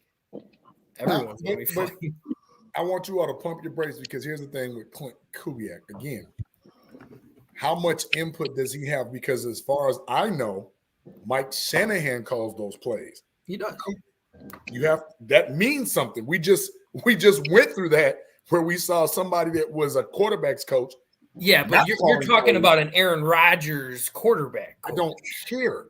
Compared to a Brock Purdy quarterback coach. Look at Matt Nagy when Andy Reid had to take the play calling from him the first time. But the thing was, JB, that was known. Nobody's ever sit up there and said that whoever it was that they had to take the reins from Kubiak, that particular coach is calling it. You know, that was known that he did that he took that shit from him. Now, I'm not sitting up here saying that I'm on board with him. I think it's intriguing. Don't get me wrong.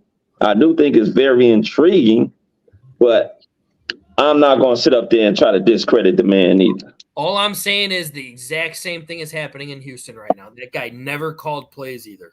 But no, that's different, because what they did with Bobby Slowick, they actually sat and two rookies built something together based off of what the player. All right, then bring this guy in and do the same thing. He ain't a rookie though. And my dad made a comment. Be a rookie offensive coordinator and play caller. Bobby Slowick's daddy had been a coordinator forever, so he's, I'm not saying that just like with Clint Kubiak, but I don't think what's going on with the Texans is the new standard. I think that just happened to be like, and I love it, a pause of great events. I don't think you can be sustainable with that, because we just went through no quarterback. I mean, so all right, let's just cut the bullshit. Who you want? I don't want nobody on that damn list, except I am intrigued with. I know that you don't want nobody on that list. Who do you want? I'm gonna give me somebody real, man. Like, I ain't even gonna lie. When I saw Chase Daniels and what him and Dan Orlovsky was talking about, I don't know, Rob, if I can go with Frank Reich right now, man. Frank Reich does not run. Yeah, that does not fit what we're trying to do here. Well, what are we trying to do here? And look, and by the way, Rob is my dad, and like he's the messenger right now. But like, what do you mean when you say he doesn't fit what we're trying to do here? What are we trying to do? Not be the Carolina Panthers. Right. So we're trying to win games. Frank Reich is one. I mean, he doesn't really have a great history. Am I right? So let me piece this together for you, Easy. The way that the team you have that Carolina Panthers throwing thing is presently constructed does not fit what Frank Reich likes to do. I agree. Yeah. So you would have to overhaul a lot of things. That's like you would have to start over. As much as we love Vic Fangio, I'm asking along those lines, but like specifically What is that we have? Like, what are we constructed to do? And what does Frank Reich like to do? I'm asking scheme. like for clarity. Scheme. Like right now, we are a 4-3 cover 2 hybrid. If we bring Vic Fangio, who is a 3-4 run blitz guy, his scheme is not going to fit with the players that we have. So right now, Frank Reich runs a more vertical offense. We don't have the personnel nor the pass blocking to run that vertical offense that Frank Reich likes to run.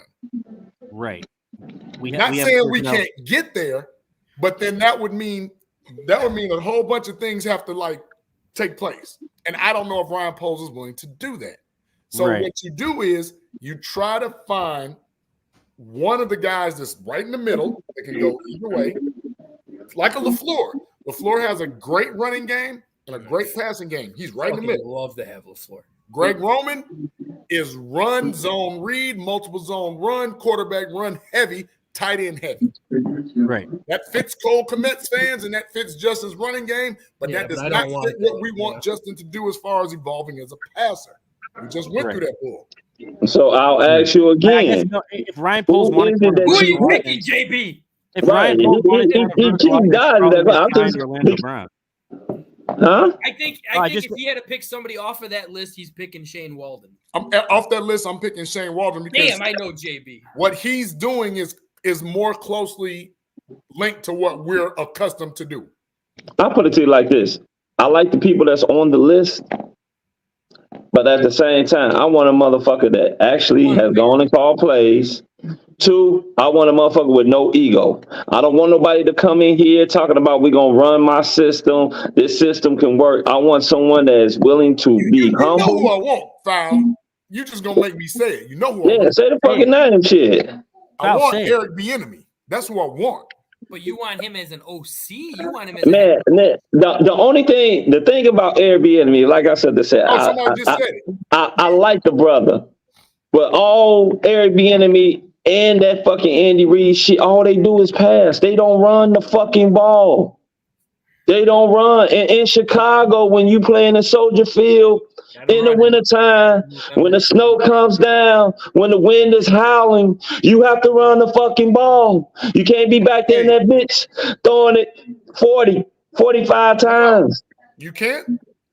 Huh? I mean, look, because Kansas City ain't that damn different from Chicago, and they do it a lot. Kansas City Stadium does not. When you go in there, the damn wind don't be swirling around in that bitch like you in a tornado. I didn't see not wrong on that. Throw a curveball. It's different Kansas City to Chicago when it comes down to November. I said it ain't that different. So it's different fucking enough. And did you see a couple balls that he passed? Fuck that. Eric Bieniemy, though. Look at the value. The best quarterback in the NFL looks mighty pedestrian without his coach. Okay, I want to call him. Shit, look who we got calling the fucking plays. Matt Nagy shit. That's my point. Like, God can come down and play quarterback, and if he listening to Matt Nagy, he gonna be. Whoa. Are we calling Mahomes pedestrian? He's still. According to his standard, absolutely. He is not looking like himself. Yeah, he's not living up to his standard, but let's be clear on this. He's still the best quarterback in the NFL. Didn't say he wasn't. I said he doesn't look like himself. You said he looks pedestrian, and that's a little like. Well, I mean, everybody looks that way when they got Matt Nagy calling his plays. And you could tell, by the way, you could tell when Nagy calls a play, by the way. You really can. They ran this one weird reverse shit on the third down, and I was just like, I have to tell you, I have to break this down to you. If you look at 2 years ago, when the Chiefs lost Tyreek Hill, what was the first thing they said? Oh, they'll never win again, blah, blah, blah, blah, blah. They won a Super Bowl with Juju Smith-Schuster as their number one receiver. Actually, Travis Kelce was the number one guy. Matt Nagy never called plays. Matt Nagy wasn't even on the team. He was he was on the team. He was the quarterback coach. Yeah, he was the quarterback coach. Eric Bieniemy called those plays. Listen, what he does, he runs a great game plan, and he holds players accountable. That's what we haven't had that probably since Wanstead. Like nobody holds any. Lovey to a degree, right? I'm with you. That's another story because, hell, at 10-6, our best coach since Dicker gets fired. Makes no sense. I put it to you like this. I don't. For Bieniemy is he did have Sam Howell looking pretty good during the season, and I don't think Sam Howell's anything special. I still don't think he's that good. And got a lot out of him. I'm not saying, look, the Commanders are not a good football team. But the thing is, like I said up there, said at the same time, that is a fucking pass happy. I'm going to throw the ball 45 to 50 times a game. And do you really want Justin Fields throwing the ball 40 goddamn times a game? Yes. No, you don't. You know why I do? You don't. Because he's kind of used to that. That's what he's used to. Don't. I want him passing maybe 30, 35 times a game, but I want. I wouldn't mind 30 to 33 times a game. Yeah, that's fine. See, then he's not a good quarterback. You all talking off the side of y'all necks because now you going back to that, oh, you got to run the ball in Chicago. No, I want him passing more. I just don't want him passing Matt Ryan fucking. Didn't Matt Ryan throw like 50 fucking passes a game? Look, yeah, but they ran Matt Ryan was insane. You don't want to, JB. You know this is fucking Chicago. You do not fucking pass the ball like that in this goddamn type of weather, man. You gonna have to run and pound. And then not only that, Josh Allen was doing it last year. He looks. I don't give a fuck about Josh Allen. What if Josh Allen won? What if Josh Allen ass won? Shit. Josh Allen, to me, to be honest with you, Josh Allen is one of the most overrated quarterbacks in the league. He's not bad, but he's fucking overrated. But I'm going to say this with Buffalo, and they've been saying this for years. They need a run game, and they haven't had a run game. I'm about to get off. Recently, they've been doing that against the Cowboys. They started against the Cowboys a few weeks ago with James Cook. They've been running it better. Buffalo's been running it better. Stop. That's not the point. The point is there's a false narrative to wherever you have adverse conditions, either super cold, super windy, or a mixture of both, that you cannot throw the ball. Last year and the year previous, not saying that he was all world, but he did win the MVP, right? I'm sorry, he was MVP candidate. Josh Allen proved that you can throw the ball, and he had great success. You know why we don't think we can throw the ball that much? Because we never try it. No, because we know Chicago, motherfucker. Erik Kramer did it and almost threw for 4,000 yards and 30 touchdowns. Don't tell me it can't be done. Yeah, but correct me if I'm wrong on this one. Matt Nagy never ran the ball. He always passed the ball. We weren't really that good. But he also called dumb plays. But tell me this, though. This is why I say that shit, JD. What do we do good right now? Nothing. No, we run the ball. When we're actually running, we run the ball. What you mean? No, shit, we got three damn backs. We run the ball with the quarterback. We run the ball with the goddamn running back. I mean, you can sit up there and say that all you want, but that's what the fuck we've been known to do. The stats fucking prove it. We also never run. So you're sitting up here, you want to go back there, you want to constantly keep throwing the ball. I understand. There's nothing wrong with passing, but you can't pass the whole fucking game, my brother. Two things. Last year, the reason we were the number one rushing team in the league is because Justin damn near had 1,200 yards. You're not right. I don't want my quarterback having 1,200 yards. Go ask Lamar how that works. He's going to tell you, don't do it, bro. Don't do it. Don't do it. It shortens your career. The second thing is, how dare we sit up here and say we've got a great running game when we got three freaking running backs when we need to get one, maybe two, that can give us a combination. Nobody said that we had. I said what we do well. I never said we had a great running game because we don't have first of all, we don't even have a great running back. Okay, we probably got slightly above average running backs. Okay, that's what we do have. We got an excellent quarterback that can sit up there. That is a fucking game breaker. Huh? You saying Herbert is slightly above average? Yeah, he's slightly above average. I mean, shit, he ain't the fucking worst bag. He's slightly above average.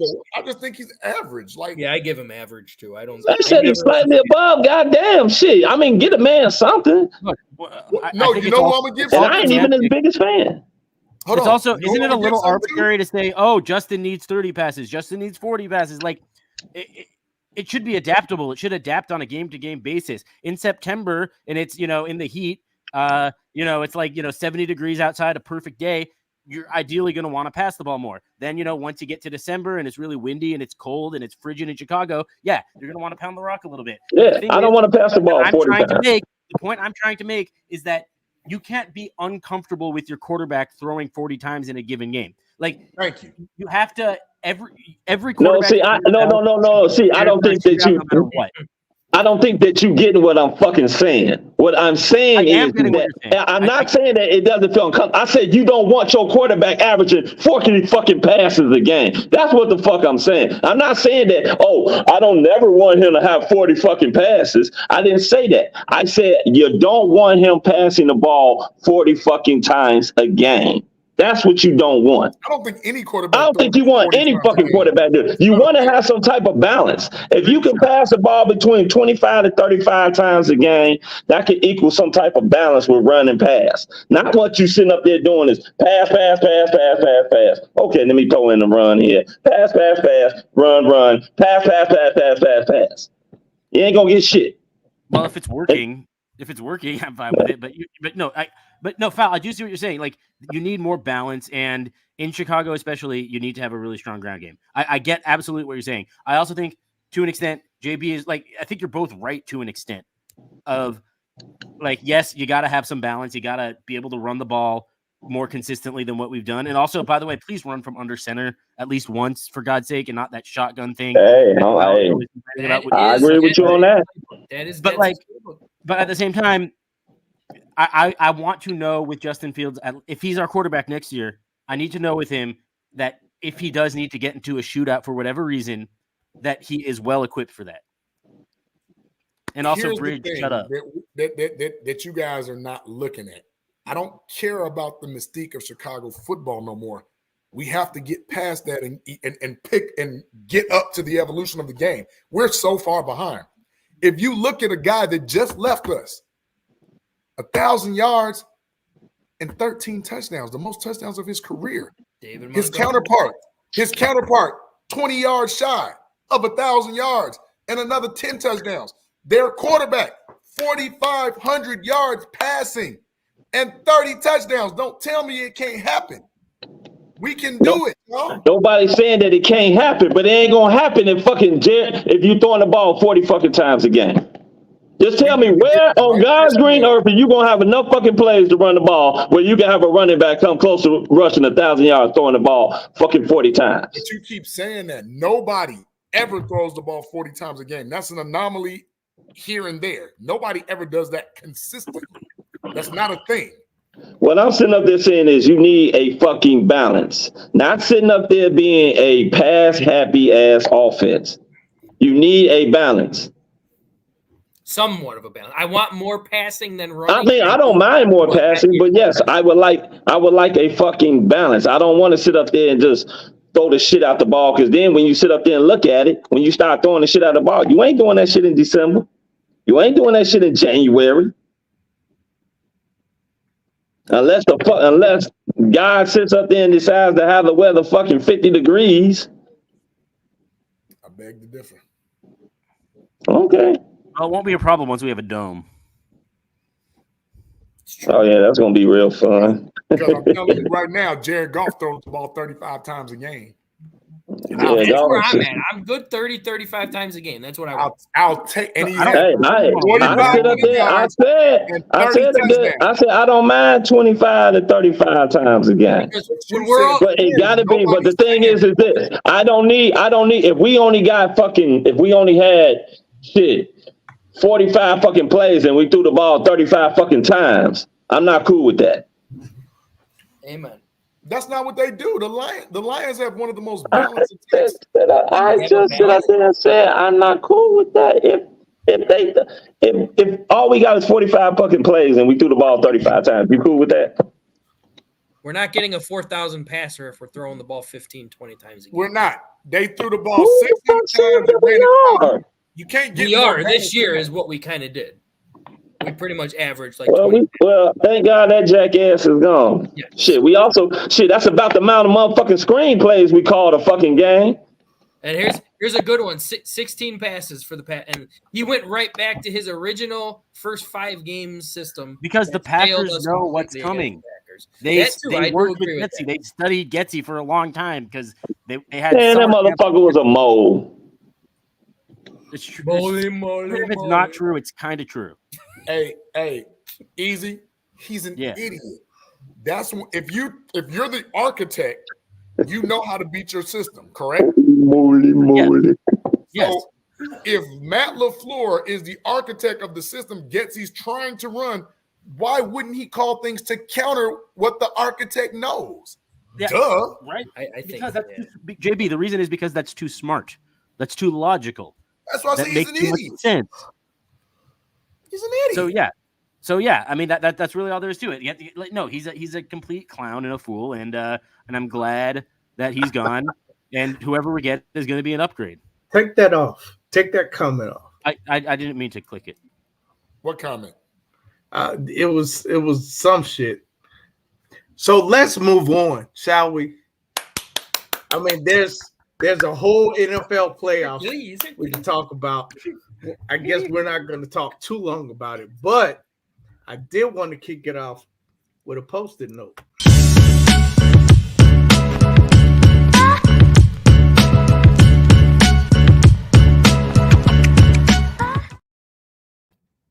So I was, you know, I keep receipts.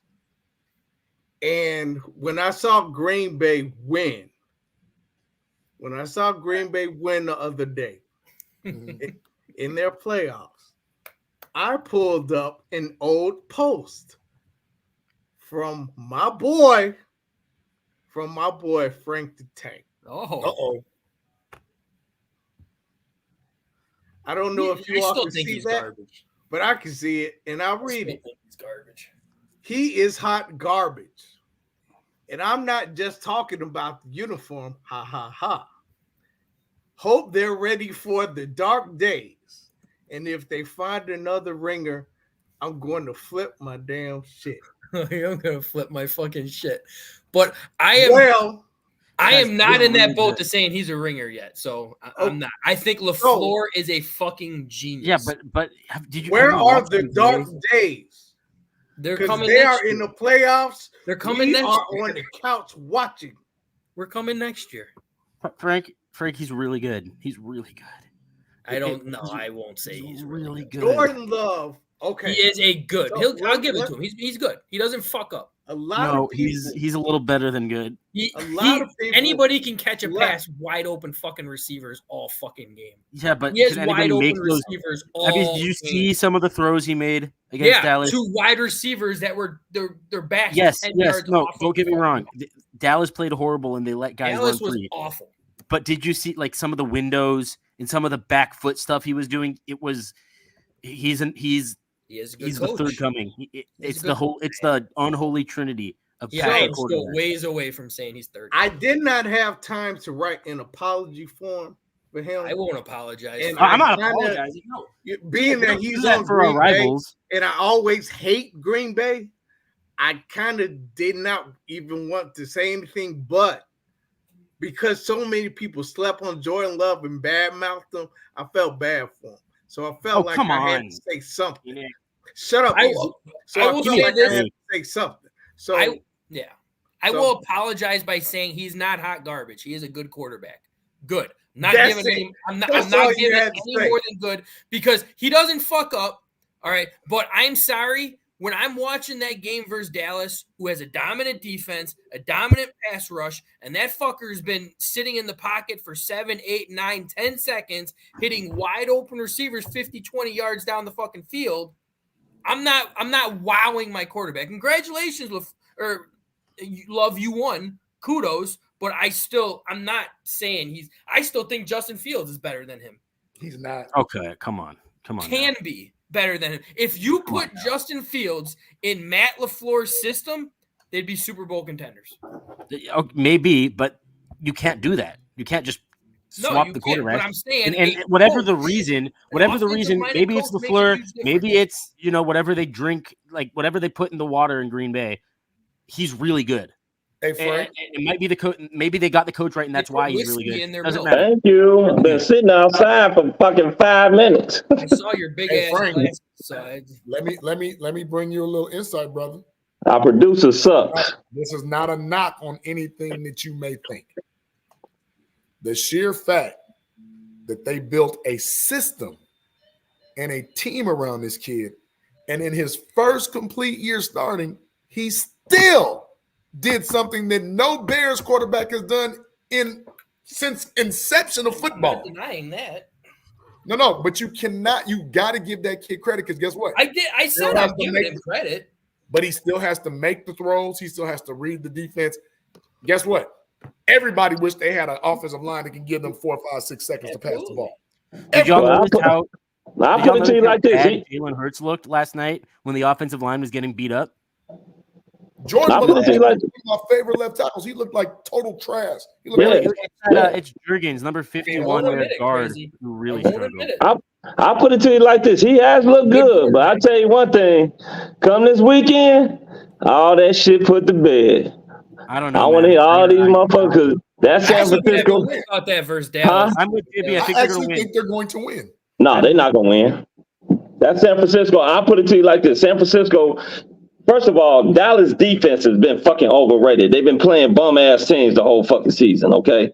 100%. The Dallas Cowboys is the most overrated team in the fucking history of sports.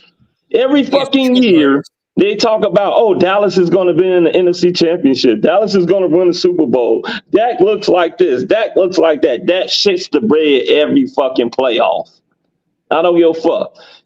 We're going to see what Jordan Love, Buddy Love can fucking sit up there and do this weekend because them boys going to be coming. They going to be coming. Yeah, and I'll tell you one thing. A quarterback looks a lot different when his ass ain't got 4 and 5, 6 seconds for his goddamn receivers to make 3 or 4 fucking cuts to get open. Absolutely, man. Because we seen that shit early on this season when they weren't looking good. He was looking like Frank was saying, hot ass trash. Now I give LaFleur his props. That offensive line is so damn good. Did you see the fucking holes they were opening up for Aaron Jones to run through? I did, and that's what I'm saying. Like, we wish we had a line like that. But the Packers always had their line is an institution. Like they always have a really good offensive line. Mama, don't worry. I'm getting into that. Don't worry. They scouting. I don't care, Mom. Ain't nobody talking about that bull. I'm getting to that, Mom. We'll get there. We'll get there, Mom. Because here's the thing: if the 2 teams in our own division are showing you how to get this thing done, actually 3, because remember, just 2 years ago, wasn't that 2 years ago? The Vikings were 13-3 or something like that, whatever. 13-4. Nah, JB, they won a shitload of one score games, man. The year before, they lost a lot of one score games. It happens either way. What I'm saying is they're giving you the blueprint on how to catch up to football and how to start stringing wins together. It's no secret. We just do a lot of dumb stuff. I literally just watched a rookie head coach, coordinator, and quarterback beat what? The 3rd-ranked defense in the league, 45-14? Man, beat the hell out of them. So well, I mean, it didn't. And that's what happens when you got a statue back there, fucking quarterback, too. Let's not act like that didn't happen. Let's act like that statue didn't contribute. Yeah, also, let's move on. Let's move on to shout-outs. Let's get on to some shout-outs. Let's move on. There was some more games we need to. Oh, man, I don't give a fuck about the playoffs. No. I definitely do. Because here's the other thing. The Cowboys was a top 5 rated defense, and the Packers put up 48. I told you the Cowboys are never that rated defense in postseason play. They choke every time that they're in the y'all. And then the craziest thing is that was in Dallas too. That was some shit, right? Well, you do realize the Ravens put up 56 or something like that on the 49ers. Or 40, whatever. They just killed them, right? You do realize that they have Lamar Jackson. Everybody. Hold on. You do realize that they had Lamar Jackson. And also, they made Brock Purdy sit up there and throw a fucking bunch of picks. And what did Dak Prescott just do? Dak Prescott does that every fucking playoff, so that ain't nothing unusual. Dak Prescott took a shit on that. Playoffs? Don't talk about it. So my point is, don't go and think that the 49ers are just going to maul the Packers. I didn't say they were gonna maul. I said we gonna find out what the fuck Love gonna do when he got some pressure on his ass. When you ain't got 5 seconds to throw the fucking ball. DeMarcus Lawrence, Micah Parsons, Deron Bland, and them boys. That's a lot of pressure. Man, them motherfuckers was back there playing fucking zone. Even the announcers sit up there and say, "Why the fuck are y'all back here playing zone and y'all ain't do this shit the whole year?" Love, and he made some good throws under pressure. Thank you. They did pressure. They tried, but also. Oh my God, what he got? Fucking 3 pressures? Fuck out of here. A lot of those pressures were slant plays, by the way. They stayed in 5 and 6 DB coverages most of the time. That motherfucker had 4 pressures the whole damn game, and you want to talk about he got pressure. Fuck out of here. He did. So how about the Lions, man? How about fuck them too? Lions? Good for them. Good for them. Finally going to happy for Detroit. Good job, Detroit. Next round. Yeah. Great job, Detroit. Great job. I would love to see Ravens and Lions or Chiefs and Lions. I would love to see that. I would like to see Ravens and Lions. That'd Give be me Texans and Lions. I'm thinking it's gonna be Ravens and Lions. It's gonna be San Francisco and fucking Baltimore again for the Super Bowl. Packers. Okay, well, we shall see. Even though there were a few more. How about fucking Baker Mayfield, man? Hey, somebody doing Philly. That was terrible. How about the first time? How about now you want to blame Philly? I don't want to give Baker no credit, but you want to give Love all the credit. I ain't say not give him no credit. I said somebody in Philly need to get. That was terrible. 9 points. Philly was bad. No, look, Baker was really good, but and the Philly defense, they hung around the first half. What was it? Score like 31-9 or some crazy stuff. The offense that shit was bad. It was bad. It was very bad. How about the first time I've ever seen an actual helmet crack in Patrick Mahomes when his helmet cracked? That let you know how cold it was. That did let you how cold it was. There's no question about that. But I've never seen that shit before, man. That was damn. I'm gonna be honest with you. Like, next week is very telling because there are 2 trap games, and I'm calling them here. 2 trap games next week. That I don't care what y'all say. That 49ers and that Packers game could be a trap game because I think the Packers got something to say about that. And the other thing is, this is the first time that Patrick Mahomes is on the road in a playoff. That's very telling to me. I don't know how that team will adjust to going to Buffalo. That is pretty crazy, especially in Buffalo. That's not an easy place to play. I got the Chiefs winning that one too. In my heart, I do, but I'm not. I'll put it to you like this.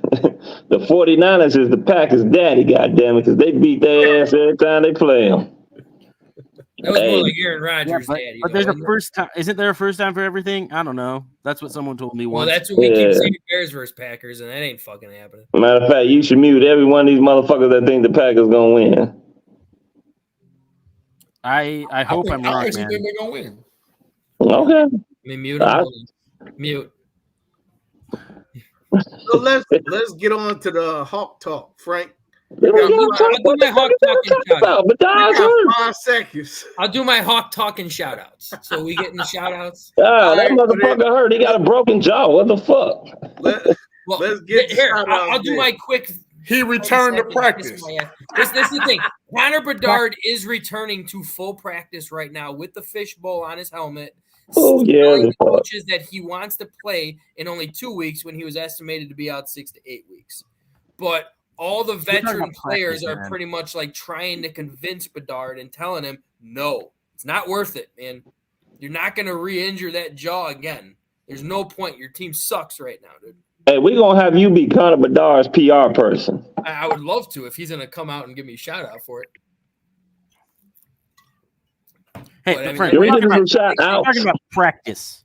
Hey, Frank, what did you do to my game? No, it's just individual practice right now, but he wants to actually go to live practices where it's not like football. They actually hit each other in practices. Yeah. Boy, to be young, dumb, and athletic again. You're a franchise player, and we're talking about practice. Practice?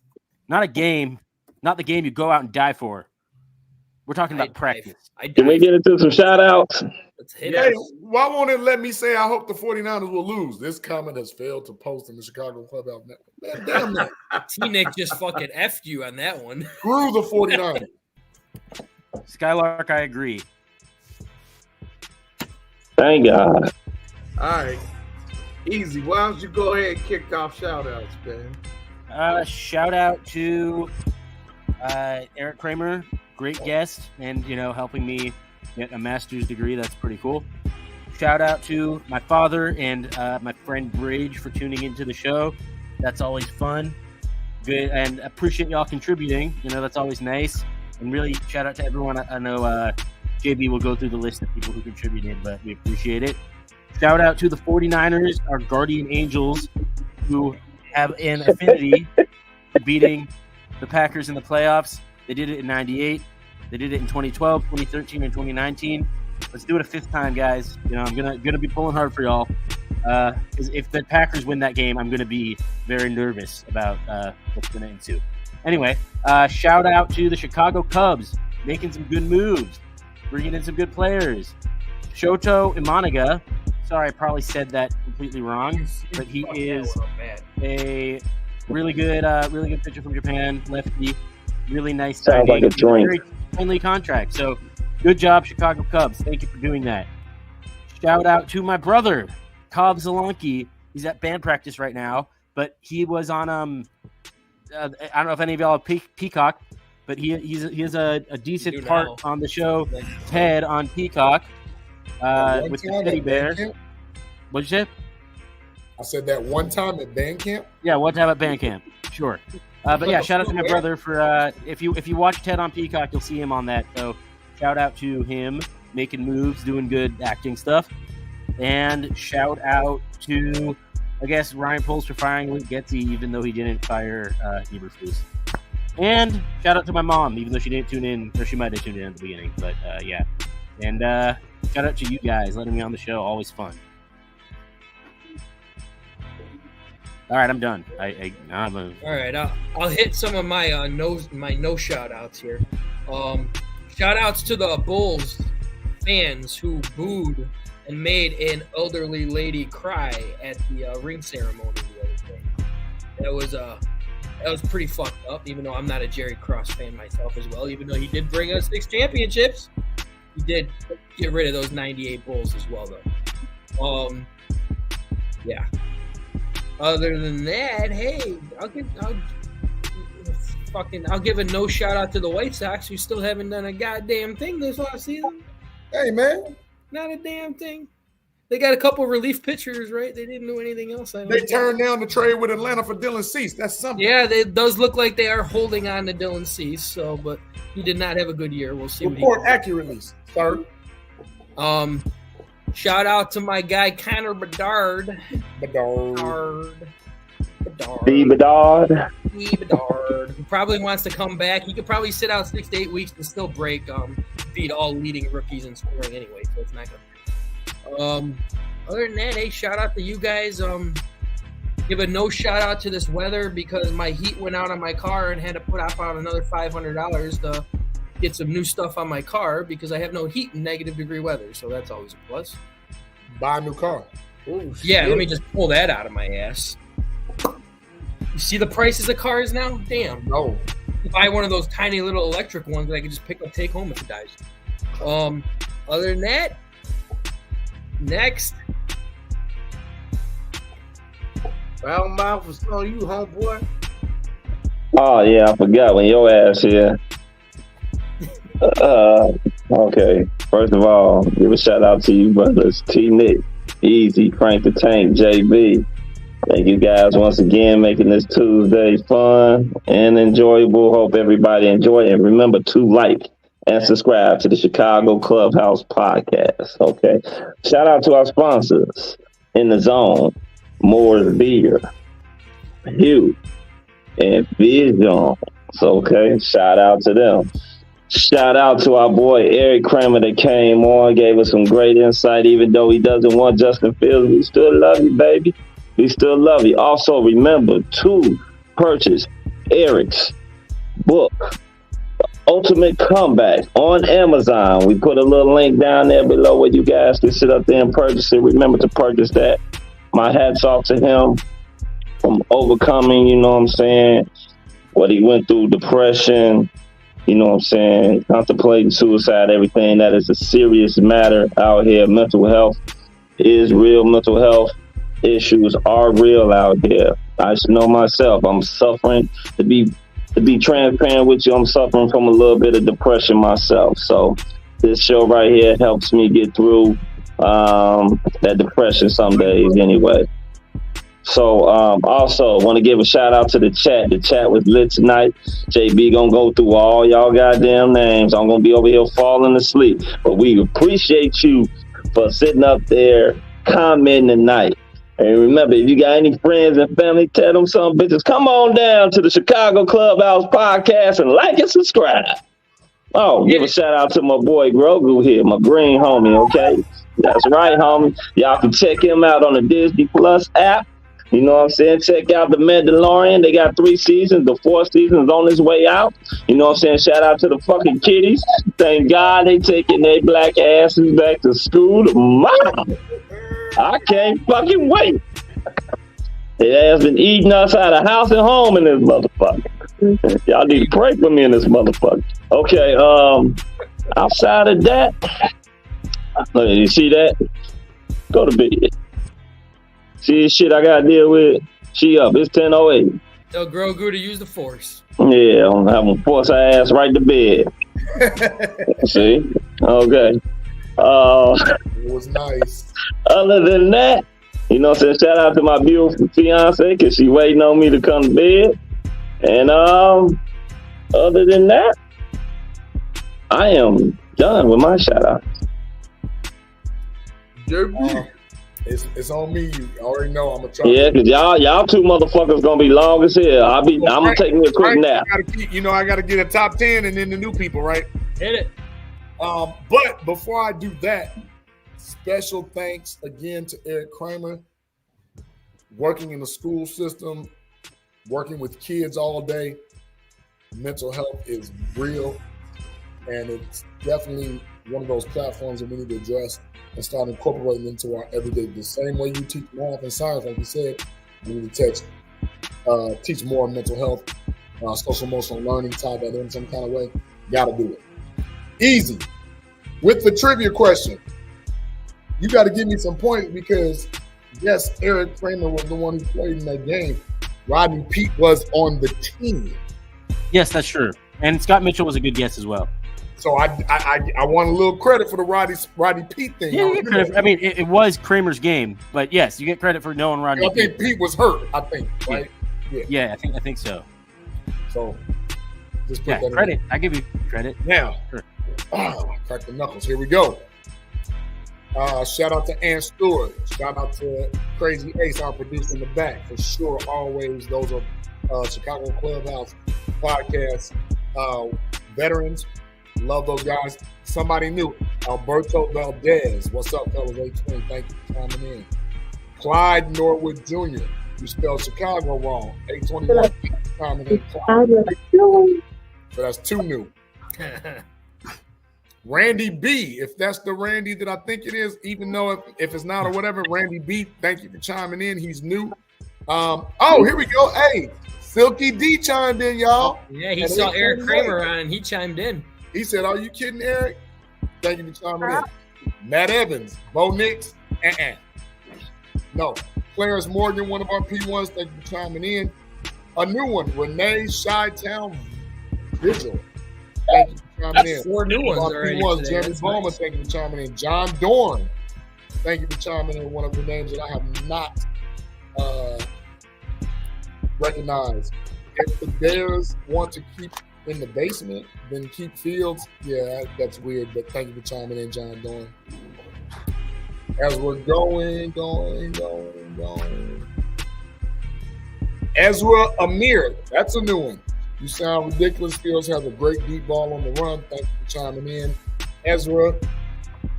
Eddie Rod, another. We had a lot of new guys on tonight. We did. You've already named 7 new guys. That's awesome.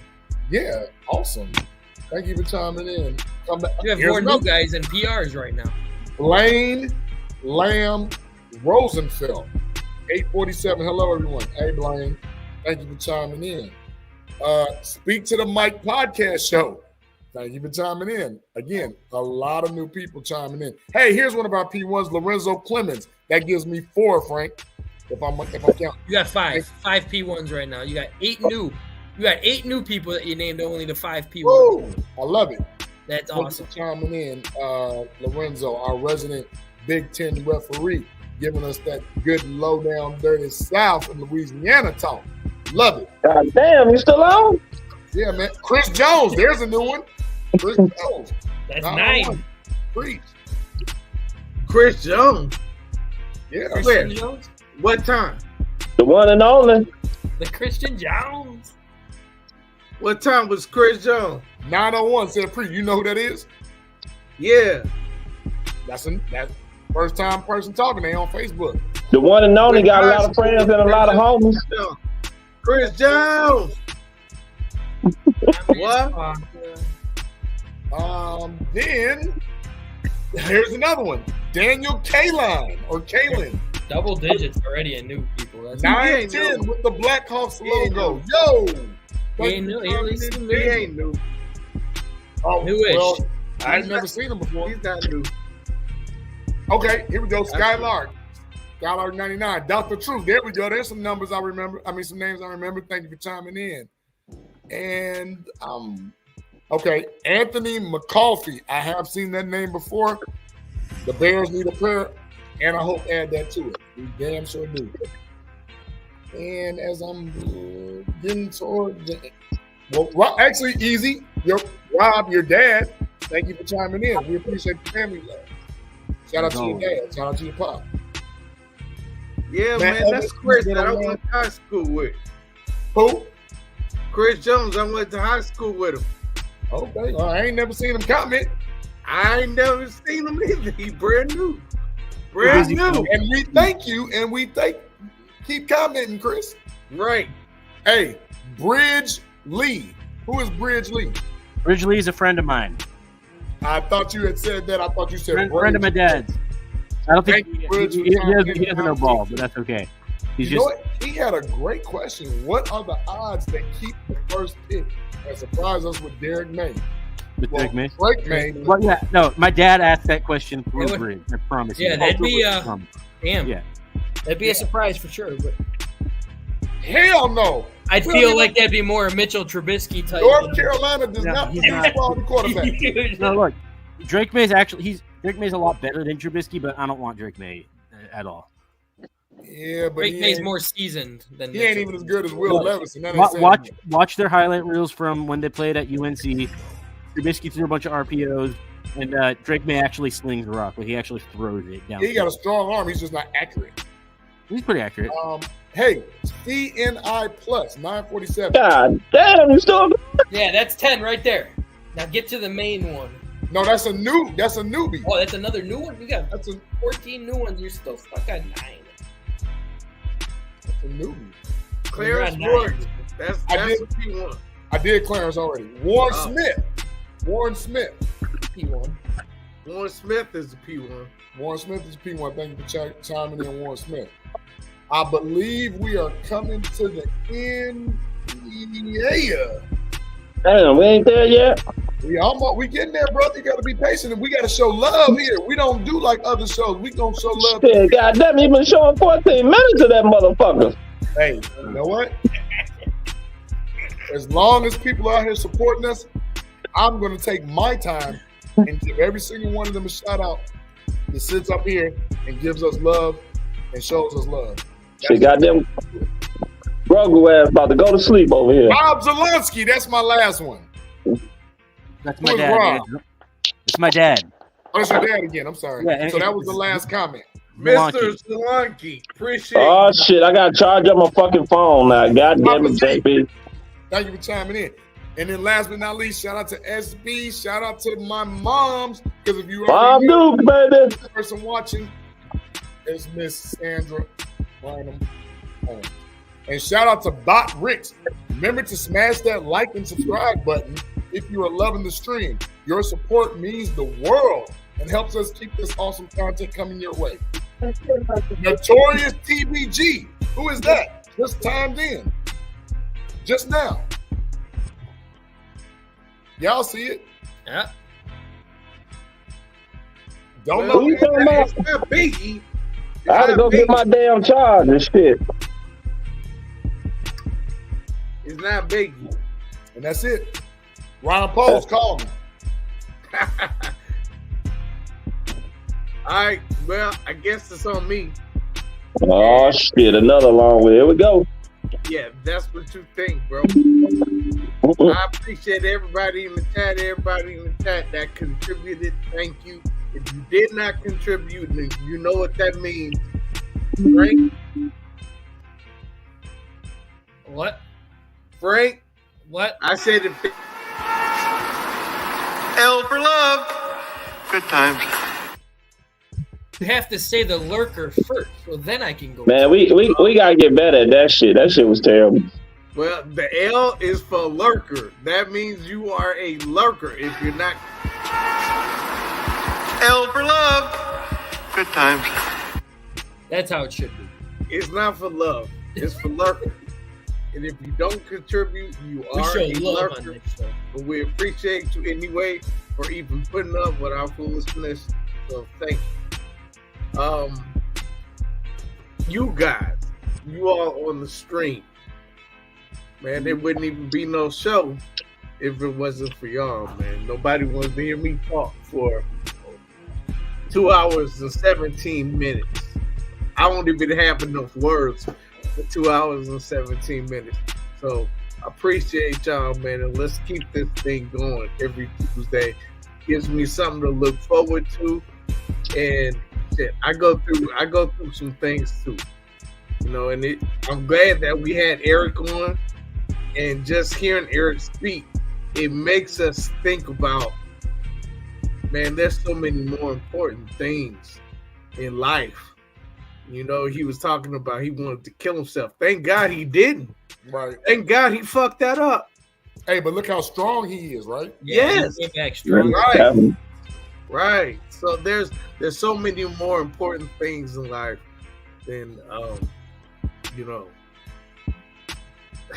it's just so many more important things in life. So when next time you're complaining, think about that. Think about that. You're alive. You're breathing. You know you're being looked at, watched. You're not being viewed. They view bodies at a funeral home. That's when you're viewed. You're not being viewed. So just wake up and be grateful. You know, I don't want to get too deep. I just kind of wanted to piggyback off of what Erik was saying. Speaking of Erik, give a shout out to Erik Kramer for coming on here. He's been on here a few times, but you know, we appreciate him every time he comes, and he brings something new all the time. Other than that, I don't really have anything else I want to say or anybody else to shout out. I do want to mention real quick the sponsor, Vision. I already did that. In the Zone. Well, I'm doing it again. Visions in the Zone, Moores and Hugh. Thank you guys, and keep tuning in to the podcast. Also, remember to check out the Chicago Clubhouse Network. We got a whole network, people. All right, you can catch. She said what she said. Easy does it. Plump and some other shit too. I can't remember it all. Well, some people just ain't memorable. So. Wow, that was mean. And on that, guess what, people? God damn it, hit the thing, you weak ass producers. God damn it. Hit the shit. Come on, man. We gotta go home, man. I'm about to go to sleep. God damn it. Come on, turn this shit off. You go ahead, man. You go ahead. Look. This is what happens, America, when you got two fucking producers. Don't you? You smoke crack, don't you? Now, which one of you motherfuckers do? I did it. God damn. Oh, come on. What the fuck is going on? What the hell was that shit? I'm actually staying away from it right now. You guys, Rogo, you see this shit I got did? You got to decide whether you're a wolf or a sheep. God damn. Wolf. Y'all fucking up. Kudos. This has been a Chicago Clubhouse Network production.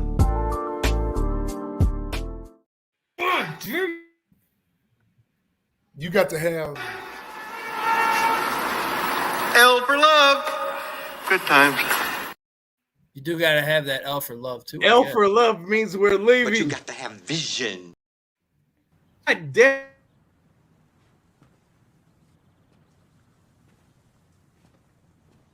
You're still here. It's over. Go home. Good night, Germany. Scheiße. Round 9 in Blackhawk shootout.